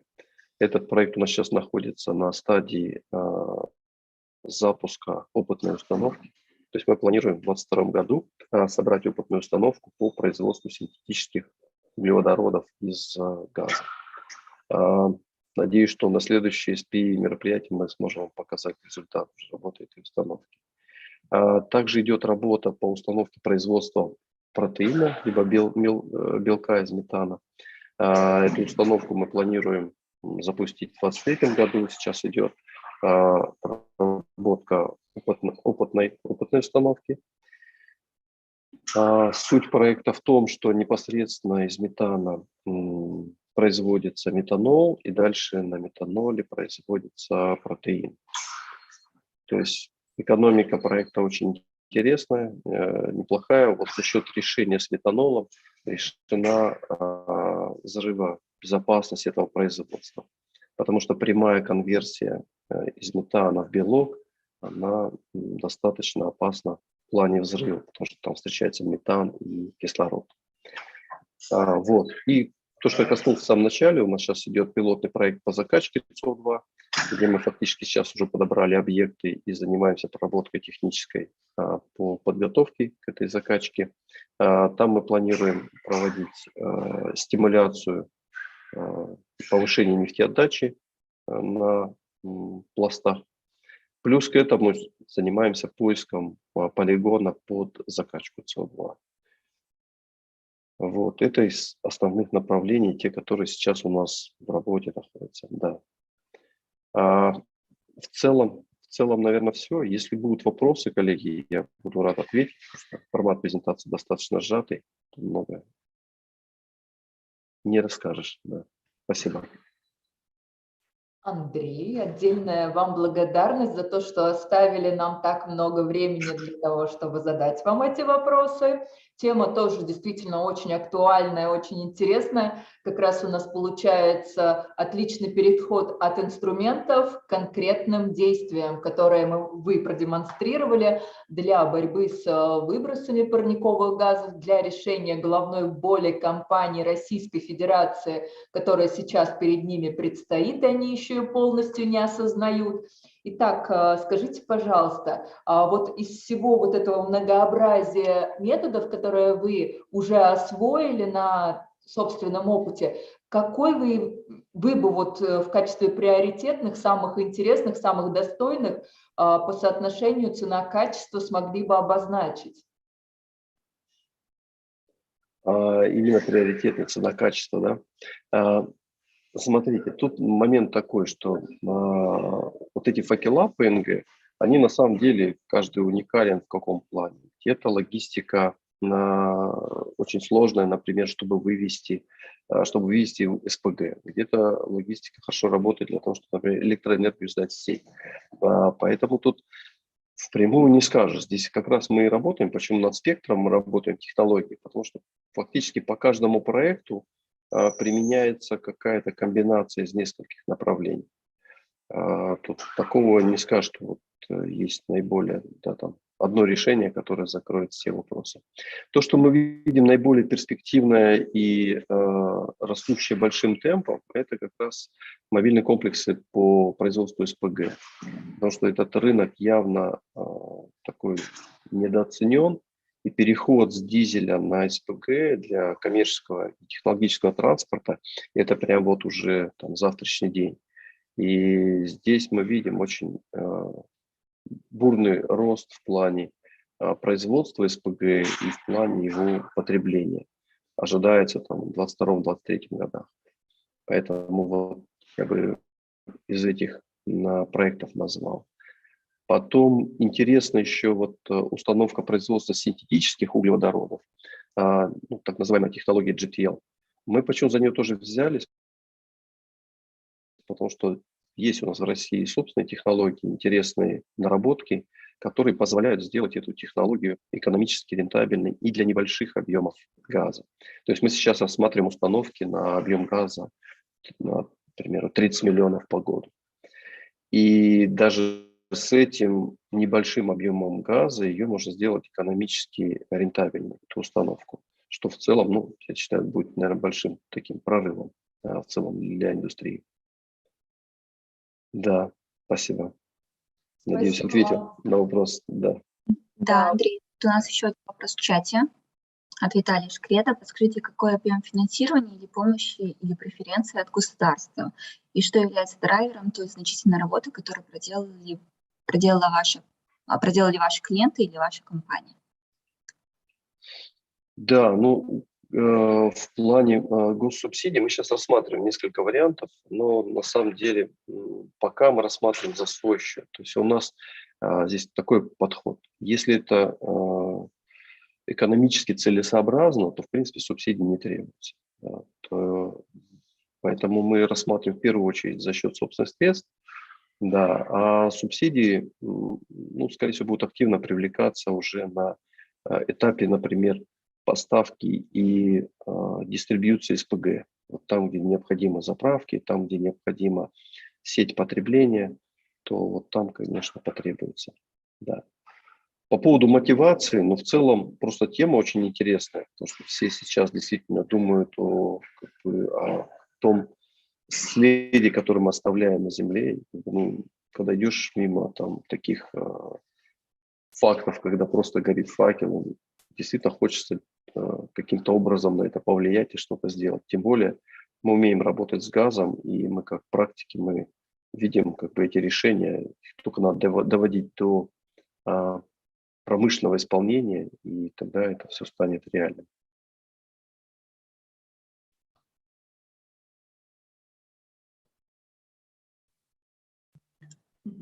Да, коллеги. Да, все. Андрей, спасибо. Я думаю, что вы ответили на все ваши вопросы, и презентация прекрасна. Я хотела бы добавить ноут с моей стороны, что для наших слушателей, что вся информация будет на портале СПИ. Об этом вы получите чуть позже новости. Again, colleagues, just for information, all today presentation information and video will be on the SPE portal, and you will get announcement on it later. So, back to you, Лилия. Спасибо большое, Андрей. Действительно интересные технологии. Я думаю, мы с вами еще продолжим общение, и вы для коллег, которые не успели задать вопросы в рамках вашего выступления, сможете продолжить отвечать на ваши вопросы в чате. Коллеги, не забывайте, пожалуйста, что вы можете поднять руку для того, чтобы задать вопрос. Raise your hands, of course, if you want to ask questions. to our speakers. So we again switch to English. Коллеги, переходим снова на английский, потому что следующие наши спикеры будут говорить на английском снова. So, dear colleagues, I would like to introduce our next speaker. It will be Brent Brough. He will offer us a presentation about completion technologies like a tool for energy transition, case and studies. Brent, take your right to offer your presentation. Welcome.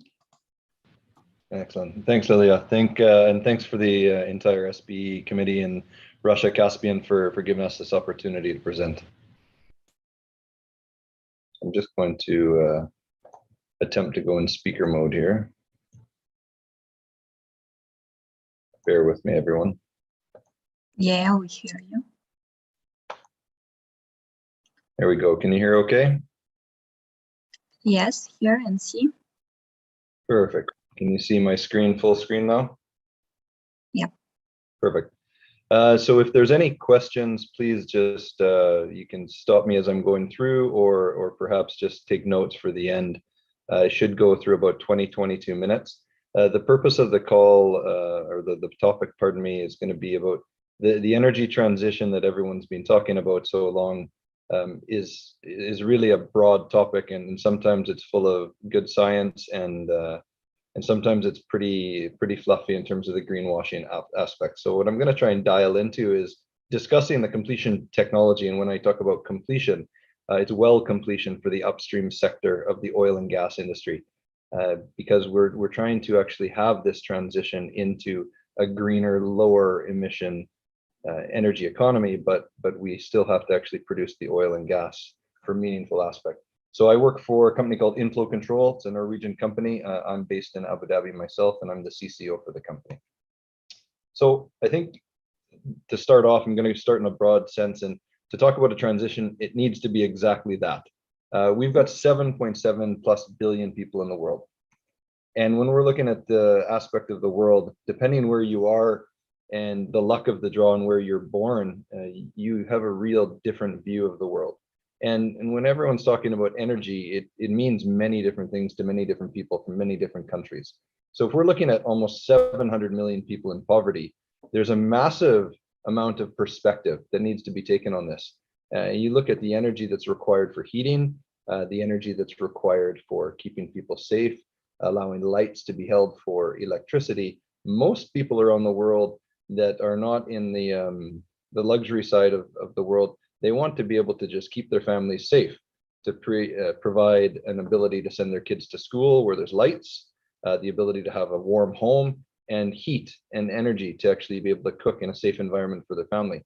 So when we're looking at this paramount transition shift that the world's talking about, we need to actually understand that the majority of the world has a very different perspective on this lens. So when we're looking at this energy mix, I chose an older slide from the IEA. The data's changed slightly, but not on the macro level. What you look at on the top side from the IEA here on this graph, you're seeing that the oil sector is still a massive portion of this mix. And as you move from left to right on the axis, you can see the natural gas impact. We need to have a transition on the oil and gas impact on the emissions, but the world still needs the oil and gas products for a variety of aspects, not just on transportation needs. So all of this energy transition in the mix really needs to have an ability to make an impact on reducing the emissions now, and not wait until 2050. So one question we're going to talk about on this discussion is, how do we escalate in a very economical fashion lower carbon oil now, not waiting until next year, not waiting until 2030, not waiting until 2050. We really need to apply the technology to aid in this transition. And when I'm talking about the transition, we're talking about this transition of lowering the carbon impact for oil production. So one key aspect that you can dramatically lower the emissions is reduce the gas flaring. Why are we actually producing the carbon out of the earth to then burn it and then try to figure out a technology that actually needs to capture it? It's almost insane when you think about it. You're bringing excess gas to surface, and then you're burning it because you have no way to capture it or hold it or transport it. And then that equals emissions. So if you can stop the gas from coming to surface, leave it in the ground, you have less emissions to actually tackle topside, less CO2 associated from that. And then you don't have to actually start to try to capture the unassociated, unwanted CO2 from flaring. Reduce the excess water production from our oil reservoirs. The more water we produce, it A, is not economical, you're not selling it. B, you have to use electricity to get that water to surface. You have to then transport that water on pipelines or trucks to a treatment facility. You have to treat the water and then also dispose of it into reinjection wells. So it's a bit backwards to look at why we're actually trying to produce all of this gas and water to surface. And then we need to actually improve the oil recovery with less wells, because all of this, when we have too many wells involved, you are then going to have more associated CO2 for each well to get that associated barrel of oil. And then if you actually can get away without having to do as many well interventions into the lower completion to actually do changes, that is associated CO2 with the trucks, the personnel, the time and the energy required. So transition requires change. And I'm going to show this here. You see 10 bottles. I chose Perrier. It was just a nice, pretty picture. But you have to think, is the oil company in competition with the water industry? Because on average, it's 10 times more water than each associated oil produced. Now just pause and think about that. 10 times more water per each oil barrel produced. This is a really, really poor energy exchange to try and get the water and oil to surface when you don't have to, because it requires so much energy, and that energy has associated emissions. So if I take a step back, and I'm going to talk about how we are applying technology to help and support this energy transition, we're looking at existing oil reservoirs around the world where they have already had a significant investment into these oil reservoirs. But how can we impact beneficially by reducing the environmental associated emissions? So the technology that we're using, and I'll talk about here in the energy transition from a completion aspect, is the Aicv technology, or autonomous inflow control valve, which automatically chokes the high water zones and allows the oil saturated zones of the well to be produced. So one example here you'll see on the left is in 2020 alone, the documented measured results was over 2 billion liters of water saved. So it could be much bigger than that around the world as technologies are adopted.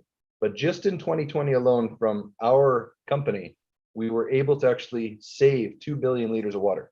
So in perspective, that's 800 Olympic swimming pools.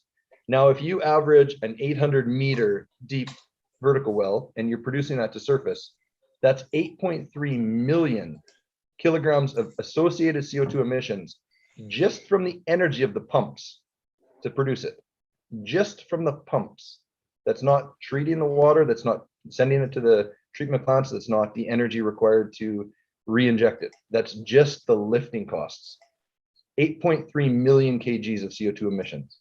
Now, if we look at gas, in the last 4 to 5 years, we can document, which is a bigger number than this, but this is what we documented. By applying the technology, we were able to capture over 35 billion barbecue gas tank equivalents.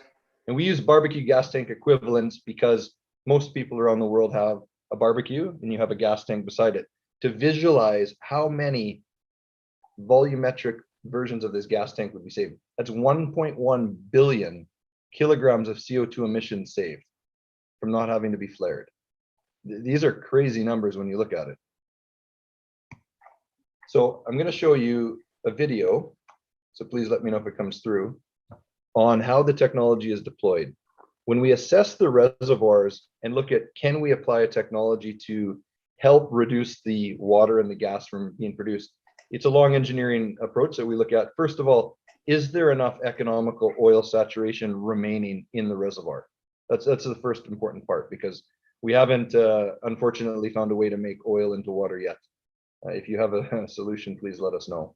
When you look at this animation here, open hole wells without a completion, They don't have control on the unwanted phases of the fluid. And you can see here it's showing bottom water coming into the reservoir and into the wellbore, pardon me. And then as that water ingress comes in, you start producing a lot of water. And as you pull harder on the well, you'll produce more of the bottom water. And the easy way to resolve that is choke it at surface. But when you choke at surface, you do not access the oil saturated in the reservoir section.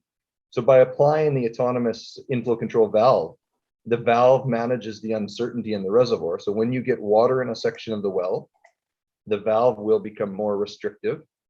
And where there's oil in the section of the well, the valve will become relaxed and stay open. So as you can see in here, the main flow of the reservoir fluids, if it's oil, water, gas, or a multi-phase composition, will flow through the valve, roughly 97%. And then a small amount goes through the side outlet, the LFE, or the laminar flow element, as you can see on the right-hand side of the screen. Now, the fluid properties of this multi-phase flow that goes through the valve will then have a certain pressure drop through the laminar flow element. And that will create a pressure or force pushing upward on the piston. Now, as you have the oil moves through based on its viscosity and density and creates a certain pressure drop through the laminar flow element. Now, in this cartoon, you're going to see here the water is showing a rapid ingress. Now, as the water has a lower viscosity, you can see it's going to create a higher force on P2 and become more restrictive and i.e. choke off the valve. So what that means is that when you have the valves in between completion packers, mechanical or swellable, they will then isolate those sections of the well that might have unwanted phases such as water or gas or both. And then the valve will start to become more restrictive. So you don't have to choke your well at the wellhead. The choking occurs along the completion section so that you can actually remove or reduce the amount of unwanted water and gas, but the oil saturated sections of the well will be allowed to produce. As you see in the cartoon on the far right, it's showing a gas coning breakthrough at the heel. You can see in the middle, you're seeing water breakthrough at the center. Now you can see that's isolated with these swell packers in the animation. When you have the oil there, it needs to have the ability to be produced. And the valves will allow that ability to be produced without producing the unwanted high water or gas sections. And if you have a very late life reservoir where you need to produce more of the water, we can make the valve more relaxed so you can produce a higher water cut, but you don't want to produce the 98, 99% water cuts in the zone. So the whole premise is enable the reservoirs that you have, the oil wells, to produce more net oil. You produce less of the unwanted phases, and then you don't have to pump the water to surface. You don't have to flare the gas. You actually allow the reservoir to be depleted in a more economic phase. So you can see here, I've just got a snapshot where you see isolated in between the sections. So you need zonal isolation to make sure that the water doesn't flow everywhere or the gas flows everywhere. And the valves remain open based on the fluid viscosity and density of the oil compared to the water and the gas. And the valves will be designed for the reservoir. So if you have a different reservoir, Sakhalin Island, or you have a different reservoir in the northern parts of Russia or in Turkmenistan or Azerbaijan, they all have different reservoir properties. We tailor the valves according to the reservoir. We design it on the reservoir depletion strategy and then apply it. Now, as you can see in this exaggerated cartoon, as long as the reservoir is isolated with good compartmentalization, packers matter, by the way. Bad packers will not allow this because the valves are very robust. But if you have the phases flowing from one section to another, the valves will close if they see water and gas or choke restrictively.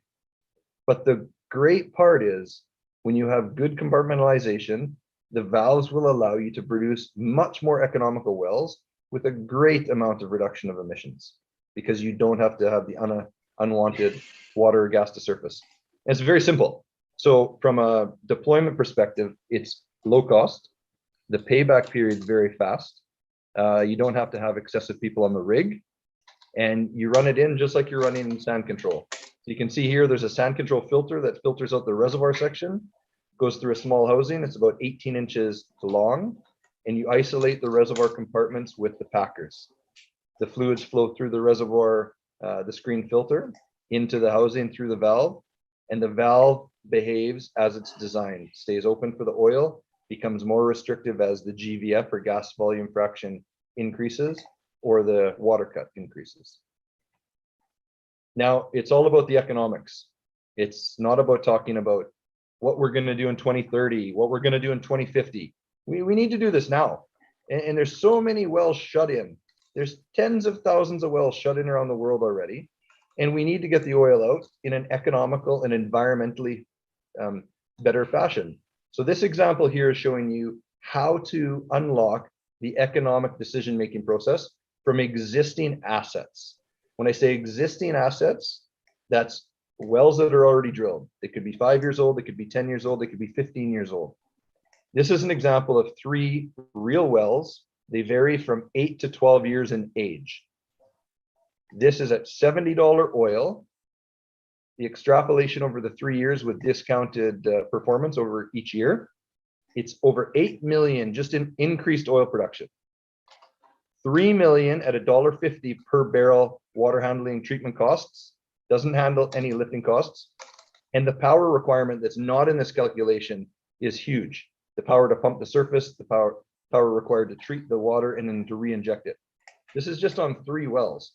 The payback period on this retrofit application within these 3 wells is a couple months. This is where we should be focusing our efforts in the oil industry in terms of actually making measurable and meaningful transition benefits. So how do we do this? You can see in this slide, we're showing a lower permeability zone and a higher permeability zone. So when we look at it, we just have to do proper engineering. We have to understand where is the fluid going to flow from in my reservoir? And then how do I manage to produce more of the oil for longer without having to intervene into the wells? So we know that there's going to be non-uniform production due to variabilities in the perm. So we have to understand, how can I handle this? Before you run sand control or screens to filter out the unwanted particles, but that does nothing to discriminate the phase, because you do not want to produce the water. And if you produce all of the water and start pulling harder on your well, you start to cone much quicker. So when you have these high perm zones, how do you actually stop them? Well, when you go in and you apply this technology, that will take care of the unwanted zones automatically. You segment the well depending on the length. You add the certain amount of valves depending on the flow rates. And then the differences between the perm becomes a non-issue, because the zones that have the unwanted phases, such as a water or gas breakthrough in the higher perm section of your reservoir, become managed in the well without any intervention by the autonomous inflow control valve. Then the sections, you might have a lot of stranded oil stuck in a lower perm section. They're going to now be enabled to be produced. It's as simple as that. There's no control lines to surface, so you don't have to change your wellhead, don't have to change your completion design, but you might have to change your pump, because when you stop producing so much water, you can actually downsize the pump required to get your reservoir fluids to surface, which is cheaper and less electricity to pump the surface fluids. Now, when we're looking at this from a global perspective, you have to look at the carbon intensity on the electricity. And this is just an example we use because we help our customers all over the world try to measure the impact of their CO2 emissions. So if you look at Ecuador versus Norway, well, Norway is blessed with Mother Nature that has a lot of hydro. So they get very low associated CO2 per kilowatt hour. But in Ecuador, you can see it's 10 times more than the Norwegian. So these are figures that you look at. Now, the whole question is, you're pumping all of these fluids to surface. And as I mentioned earlier, the oil industry is probably one of the largest water industries in the world. And then you have to pump it to surface, costs associated money, costs associated CO2 emissions, and then you have to have even more money and electricity to treat that water and then re-inject it. And then there's all the technologies talking about trying to capture the CO2 that you've just burned by just trying to pump the unwanted water. So when we look at this from a perspective, these are 2 examples of public case studies that we put together with our customers. The one on the left is from the Middle East, the other is from an operator in South America. You can see on the right-hand section of each of these case studies, it's about measurable results, because an oil company shouldn't be a water company. And we're in the oil industry to produce the oil at the lowest possible cost and the payback time as fast as possible and recover as much oil as you can. But the economics matter. And we do not actually apply the projects if we can't help the oil companies make more money.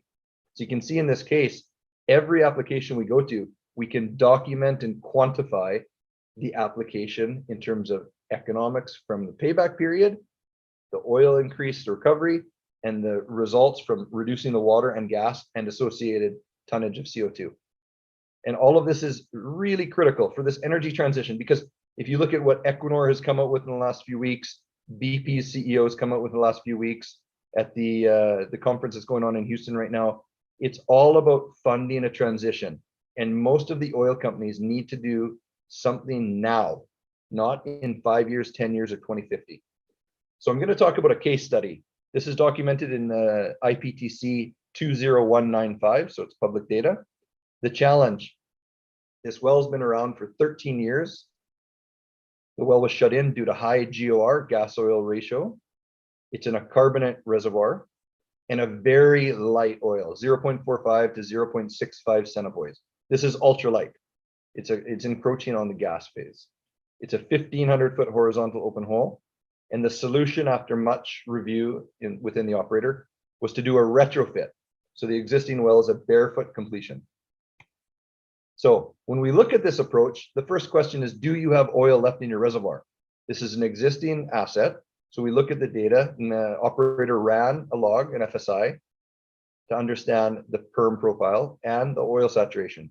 So you can see here the permeability log overlaid with the saturation. And then on the bottom was the design that we approached in terms of how to segment the reservoir by packers. And the packers we used was a mixture of mechanical open hole packers and long swellable bonded packers. So you can see we segmented the reservoir into 10 sections. We applied 22 dual AICV joints due to the flow rate requirements by the operator. And then we did an acid treatment prior to the AICV installation. And a key point here is the operator flowed the well back before running the retrofit completion to ensure that there was no redistribution of the gas and that oil actually encroached back. They turned the well on, tested it, and the gas was still there, over 10,000. Now what you're seeing here on this next slide is, this is the log data, the pre-retrofit of the autonomous inflow control valve into the existing 13-year-old wellbore. You can see that on the top, you can see there's very good oil saturation on the top log.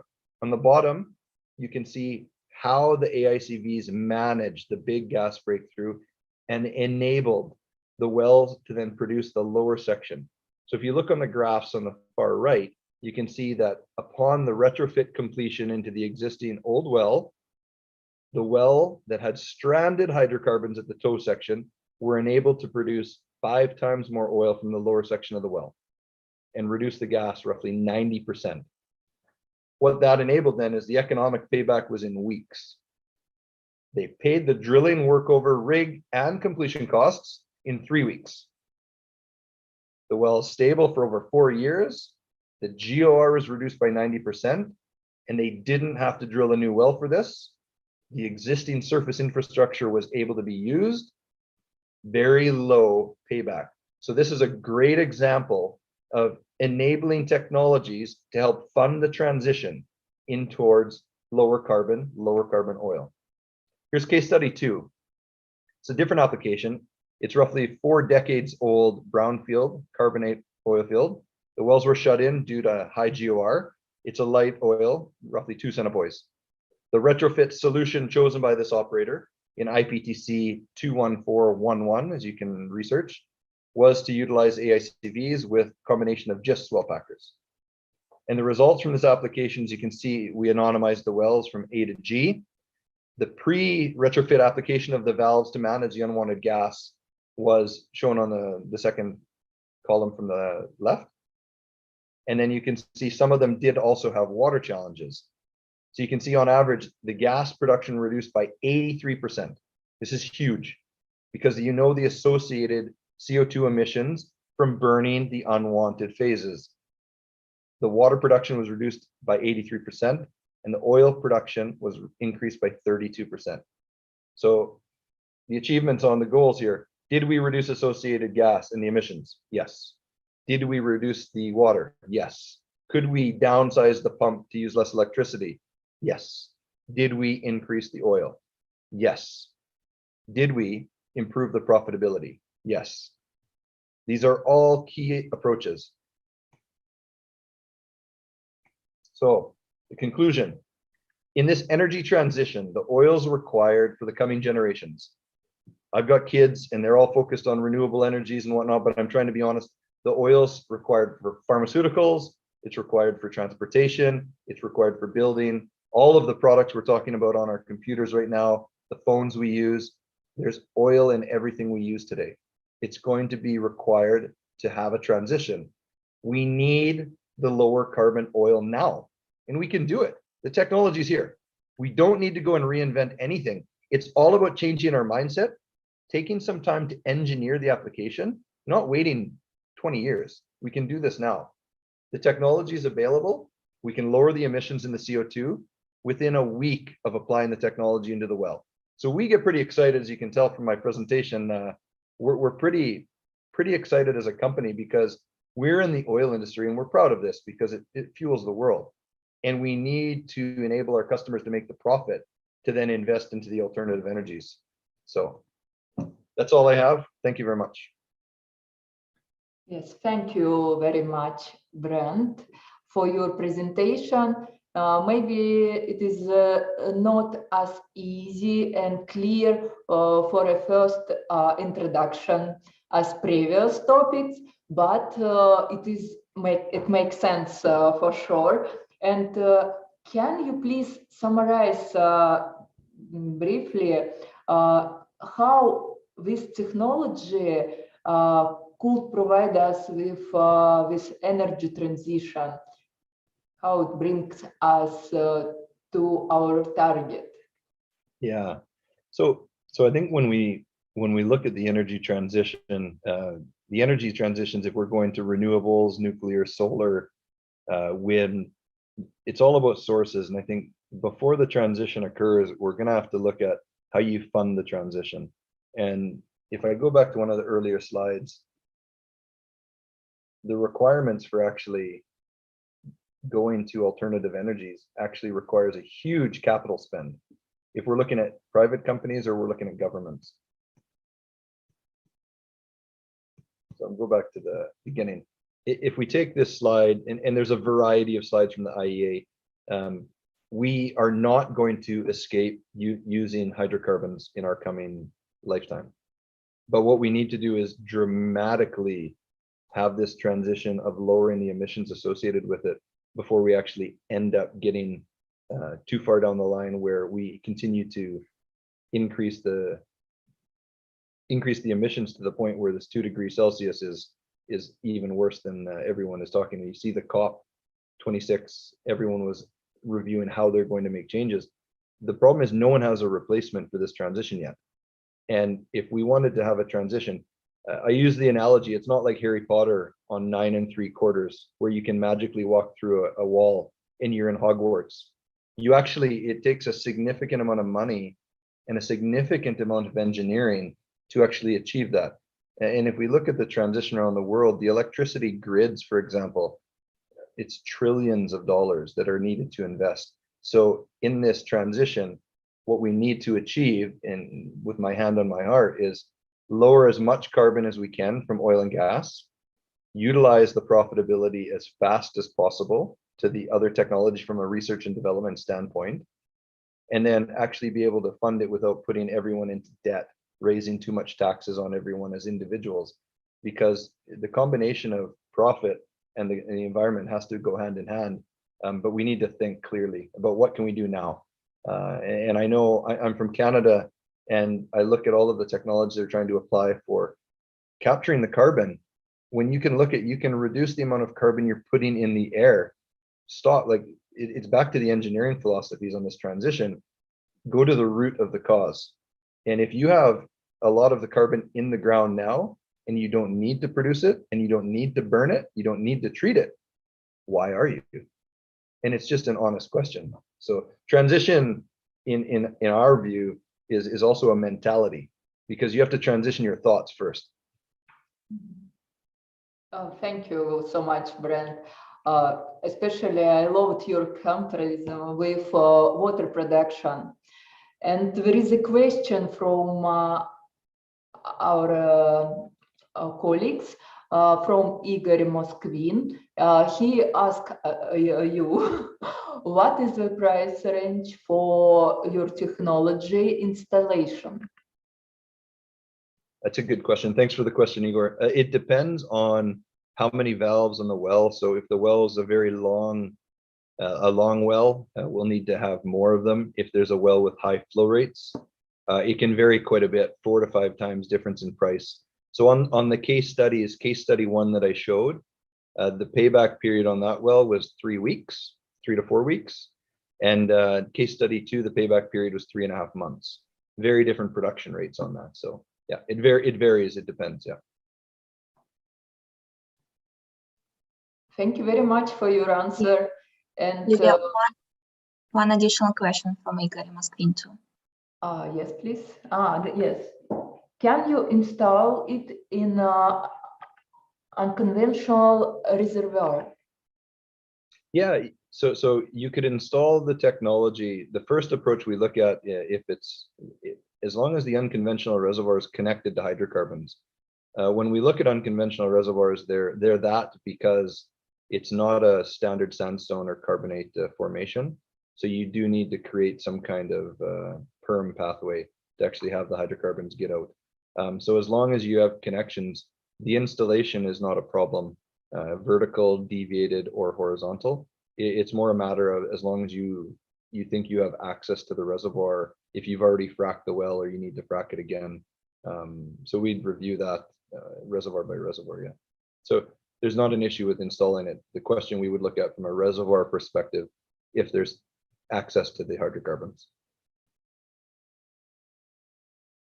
Thank you again, Brent, and we have to switch. If our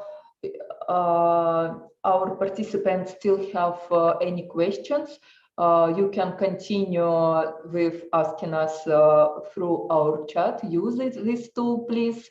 And if you like our presentation, please use other tools of Zoom with any emotions. And we are going to start the presentation of our last speaker.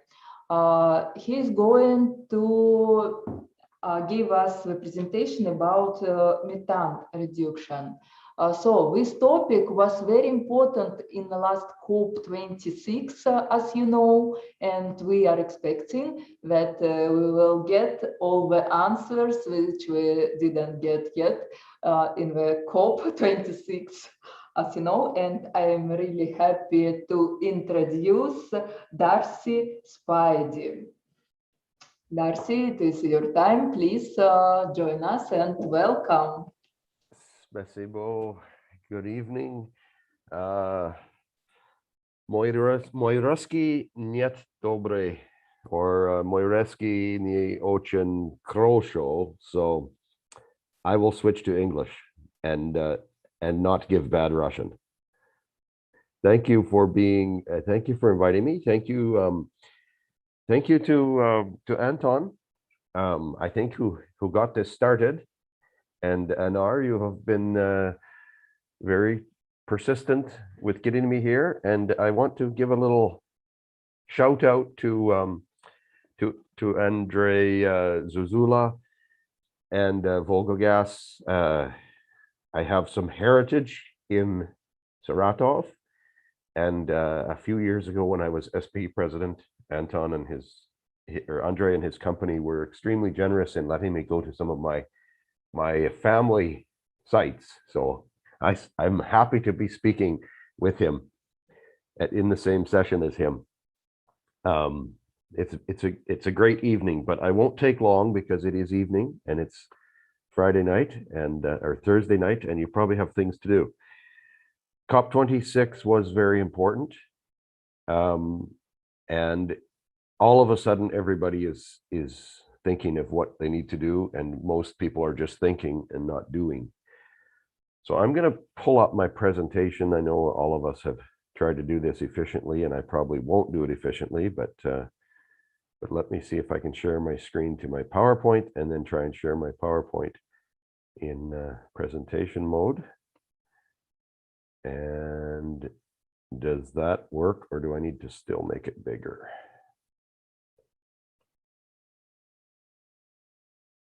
Just move this over. There we go, and this. There we go. I think we're there, right? Yes. So in the next 15 minutes or so, I want to go really, really specifically to what's really a case study in Canada, but it's more than a case study. It's kind of what we do. And it's working very well. It was interesting in the first talk by Mark, how the global picture of methane reduction and carbon works into everything. And I'm very pleased that he made note that Europe was 15 years or so in this process. I'm very pleased to say that Alberta in Canada and British Columbia and Saskatchewan, 3 Canadian jurisdictions, have probably been doing policy for about as long. So we have a very sophisticated system that works quite well for capturing gas that did get to surface. And unlike Brent's point of not getting it to surface, some of this is gas and it does get to surface, and what we're doing with it. So I'll proceed. And my company is called Carbon Connect International. After I was finished being SPE president, I thought I'd get into the methane training space. And it turned out that there was much more in store than that. And we're now managing a couple of programs worth about $35 million Canadian for the government of Alberta. So this is what this directly comes from. Now I just need to get my advance. There we go. I don't know how I did that, but I pressed something. So how do we start in all of this? Just make sure I didn't. Yeah, that's correct. How do we start in all of this methane reduction? And I apologize, my first 5 or 6 or 7 slides will be pretty fuzzy. And then I'll get into a lot of detail in the last 2 or 3. So the most important thing is policy development. Good policy is going to make this work, because when you start having companies spending money, they must be assured that the money they spend is going to matter, and it's going to last, and it's not going to be changed by the next government. So policy development and good policy and iterations of policy are extraordinarily important, coupled with legislative strength, passing laws that have teeth, coupled with a good royalty regime. These all go together to make the market work, and the market will work if people are going to spend money and not lose it. They're going to spend it on something that matters and counts and has meaning. And that the last step here is the market buy-in, which is the meaning part. What do you do?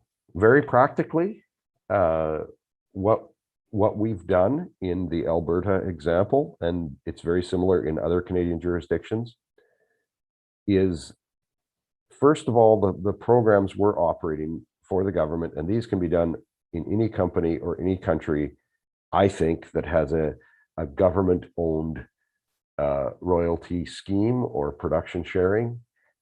Probably a little more difficult in the United States, where they have a lot of freehold rights. But the resource owner should be the government, and then the person you're paying the royalty to is the person that's pushing these programs. So in the Alberta example, the first thing we do is we measure. A lot of the jurisdictions, and I know Europe has struggled a bit with some of this, there's a lot of estimates. Estimates are over. We have 2 or 3 firms that do satellites, and they can fly over any time of day or night and see exactly what's leaking and where the plumes are, And these are often from places the estimates are quite low, but when you actually measure, you find that it's often an order of magnitude different. So critical to our program, and the first program that we fund through the government taxation, is the baseline assessment. We literally go out. We've done about 11,000 sites so far in the last year, with 40 different vendors that actually take the measurements.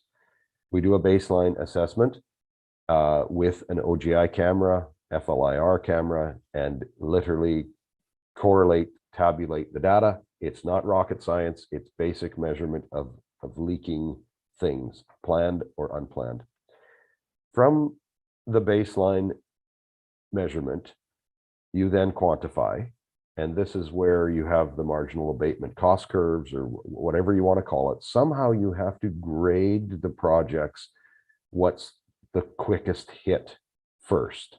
This is where a little bit of expertise and GHG calculation ability comes in.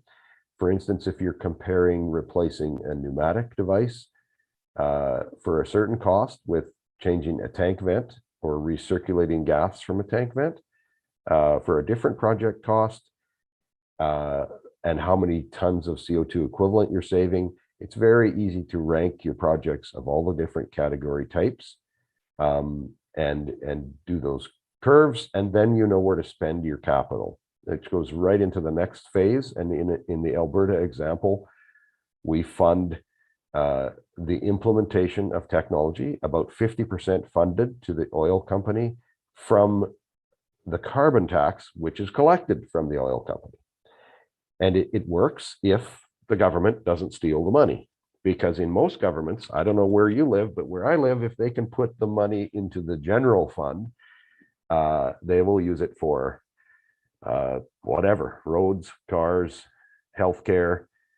But if it's set aside as a carbon tax and given back as a carbon solution, it works. And in our case, we're very fortunate. It works, and the technology is paid for, in our particular case, at 50% from this fund that is collected as a carbon tax. And then at the end of that, you just have a performance assessment, which is a typical review of what's been done. So I will just, in the next 3 or 4 slides, fairly quickly zip through how we do the baseline assessment and how we would do it, or how it could be used in other jurisdictions or even corporations as well. So there's several things here. You can do a baseline assessment of a phase 3 project, which would be like emissions if you have power units and whatnot. Or you can do a baseline assessment on wells, or you can do a baseline assessment on particular wells of a company. So there's a lot of different ways to do baseline assessments on whatever you need to do. But in this particular case that we're working with, it is oil and gas wells from multiple operators. So we basically collect, we supervise the collection of a detailed inventory of methane equipment. Most jurisdictions that have a royalty structure will have some sort of a royalty structure mechanism where they know what to tax. So that is an inventory. If they know where they're going to tax you on your flow, that's a great place to start, because you need a desktop inventory of everything, every valve, every vent, every place it could leak. So venting and leaking, planned and unplanned, and all the equipment. So you need an inventory. And then you literally take a device, and we're not talking about satellite or airplane or drone or truck mounted general monitoring or fence mounted monitoring. We're talking about a specific camera that looks at each point for the baseline. Once you have the baseline, then the more general regional measurements can be taken. And then you estimate the emissions from those leaks to begin the quantification stage. The second part is you want to prioritize your capital spend. So you identify the high emitters and the low emitters. In Canada, for instance, which is probably like Russia, it's cold and lines freeze off. So many gas producers inject methanol into the line to keep it from freezing. How do they inject the methanol? There's no power. There's no, no source of energy. So you put a pneumatic device in that every time it pressures up, it makes a mechanical action, squirts methanol into the line, keeps it from freezing. Every one of those injection devices uses methane or sales gas, which is high in methane. Once it's used, it goes into the atmosphere, and it's a terrible emitter. We installed each and every one of those. So in the Canadian market, it's a very quick hit to take that pneumatic device out. Maybe it's a tank vent. Maybe it's casing gas. Another bad example in Canada that probably is in Russia, the casing gas builds up, the pressure builds up in the well stops producing oil. So what does the operator do? Blows down the annulus. Can't do that anymore.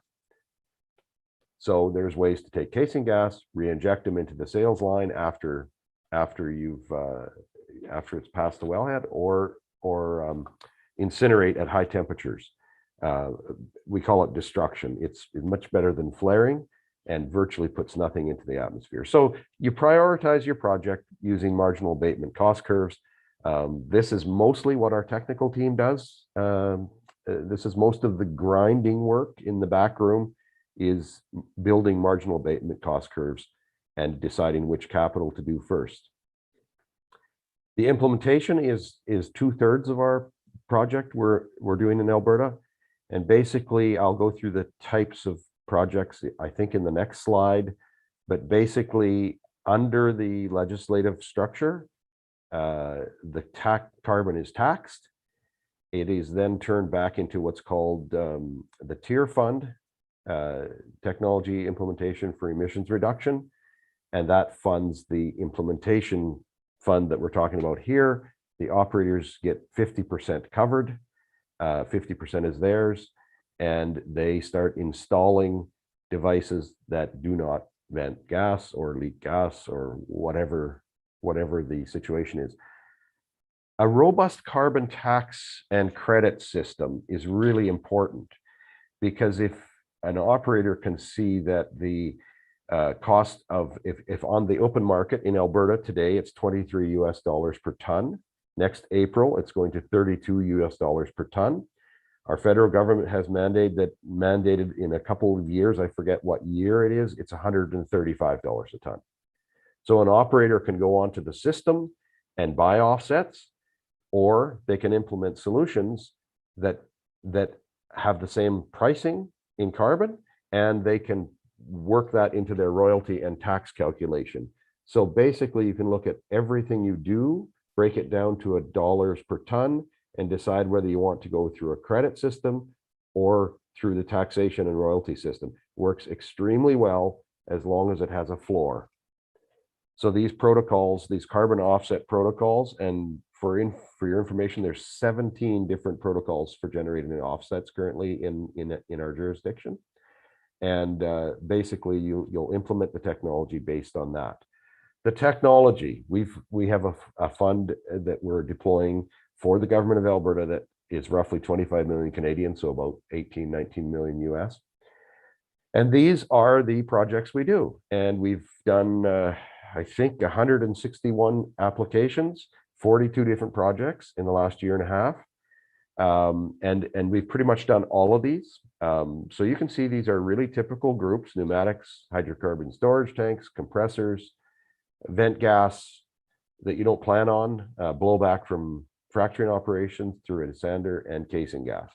And so literally our projects, our funding is all done through this whole group, and in every operator, they make different priorities. Now, you might be saying, how do we do this in Russia? Well, as far as I'm aware, you have NEPs from every oil company and technical groups. I think you could quite easily get together either as big companies or a government jurisdiction with multiple companies and put this into place as part of a royalty or production PSA contract agreement. but I don't know enough. I'm not going to comment, but this is what we do in Alberta, and we have funded all of these. No, that's not true. We have not funded my idea, which was 4A, vent gas reduction for Sanders. Nobody took up on that one. So maybe it was a bad idea. The next step is assessment. And of course, this is more just an overall assessment to see how you did. Everything we do on the implementation side, we roll it all back to $1 per ton, and we roll it all back to how many tons are saved from going into the atmosphere. Our government, your government, every government committed to Paris. They committed a number for the NDC, their nationally determined contribution. Those politicians need those numbers, and they need those numbers to be measured and real.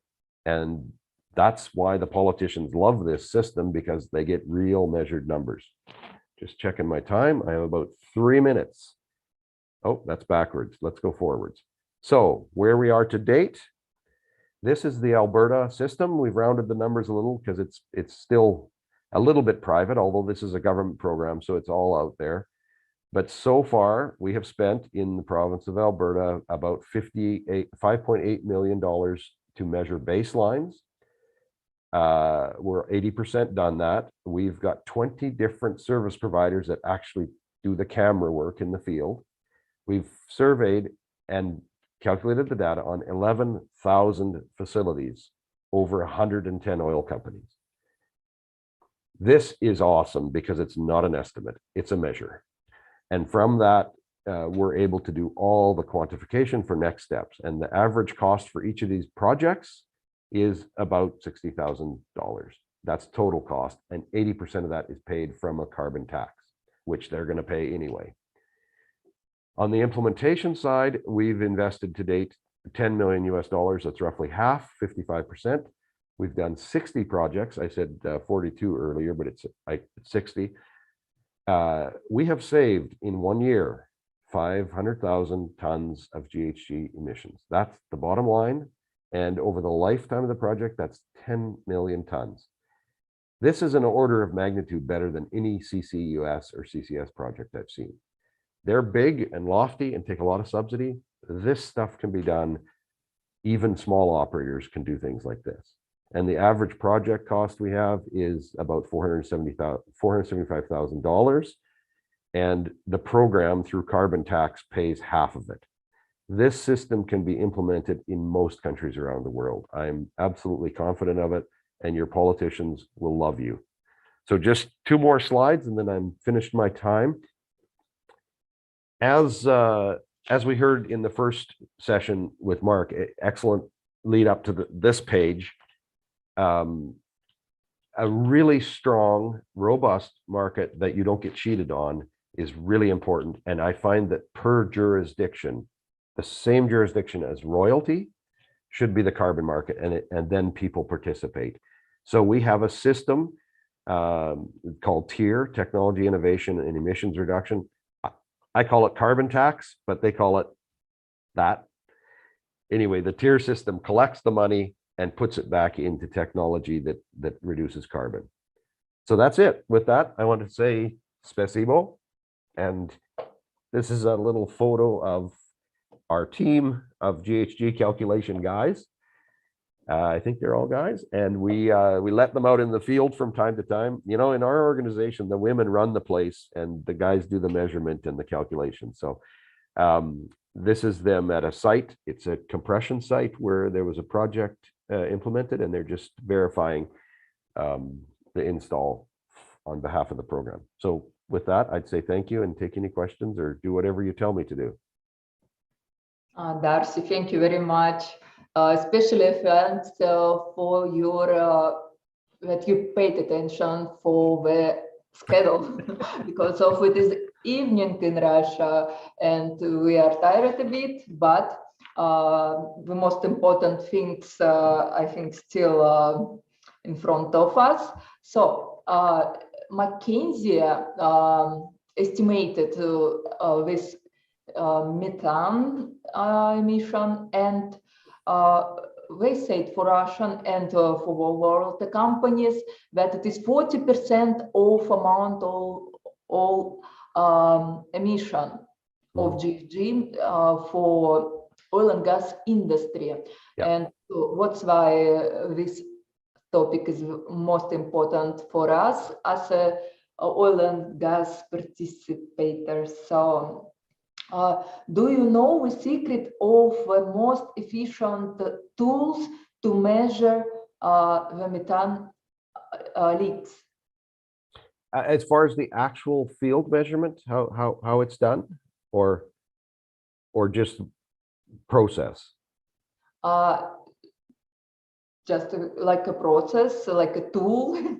Yeah. So really, so there's, I'll take a second here. So every operator in Alberta has what's called a FEMP, Fugitive Emission Management Program. So as part of your royalty, you must submit to the government what you are doing for fugitive emissions, and you have OVGs, overall vent gas allowed.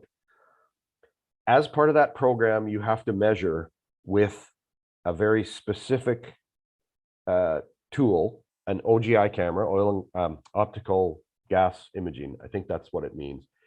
Literally, these cameras, another brand is FLIR, which is the same brand you use to see it, like night vision FLIR cameras. So literally, we will have a service provider, they will have a truck, they will have a camera, and they will take a reading of every inventory vent or leak or whatever, and then that is literally, methane readings are literally taken and location and put into a database. It's really simple, and there's over-the-shelf technology available. OGI cameras is what we call them, and there's, I'm sure, the same people who survey your pipelines or industrial leaks would be service providers for taking the measurements. This method exists in Russia as well. Of course, you follow this method. I thought maybe you know some secret. No, here's the secret: collecting good data and reporting it. And then every Russian I know is good at math, so they can take the data and make it magic. As you're so far in Canada, I thought maybe there is some secret, but nothing secret. No. Thank you very much. Dear participants, if there is some questions, don't forget, just raise your hands.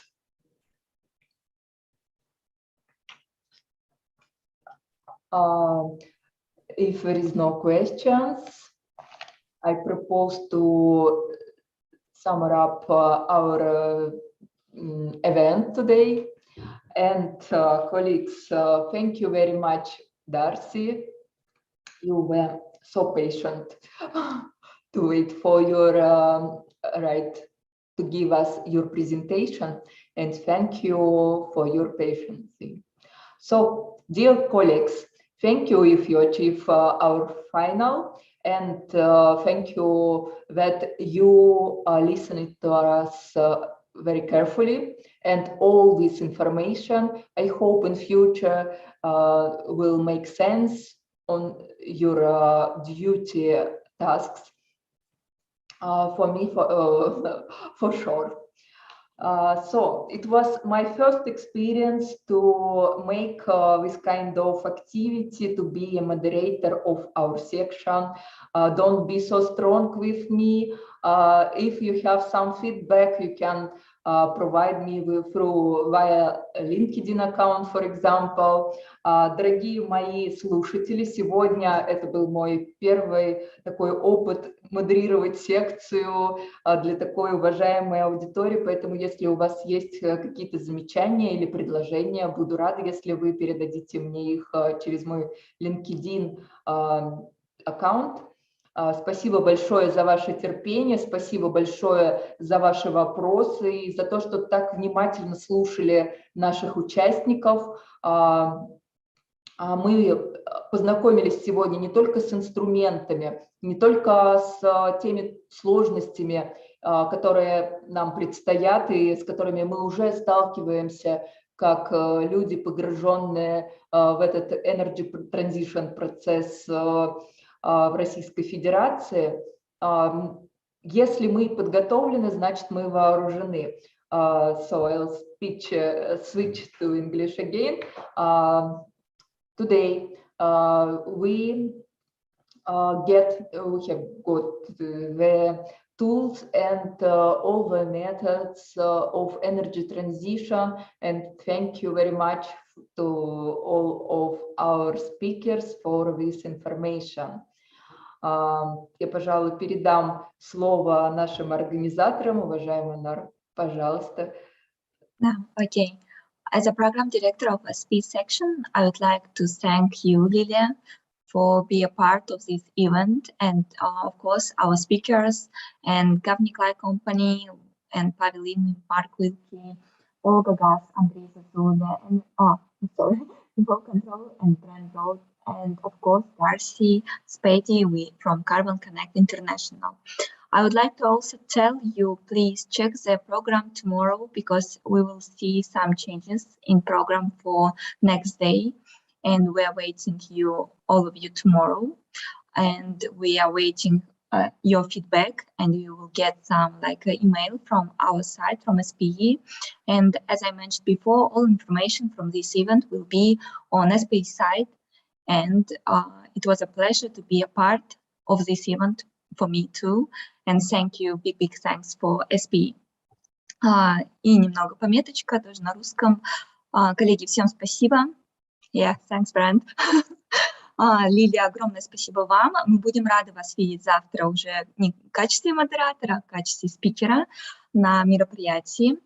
Коллеги, завтра немного программа нашего дня изменится, и, пожалуйста, проверьте ее ориентировочно в 10-12 часов по московскому времени. И мы будем вас ждать завтра активными, отдохнувшими. 4 часа по московскому времени до 7 часов вечера. Всем до свидания. Спасибо. Девушки, это Антонина, не буду уже включать камеру. Лилия, Анар, уважаемые спикеры, спасибо, было здорово. Вы зашли на большую задачу, это новая тема, это всегда не так просто.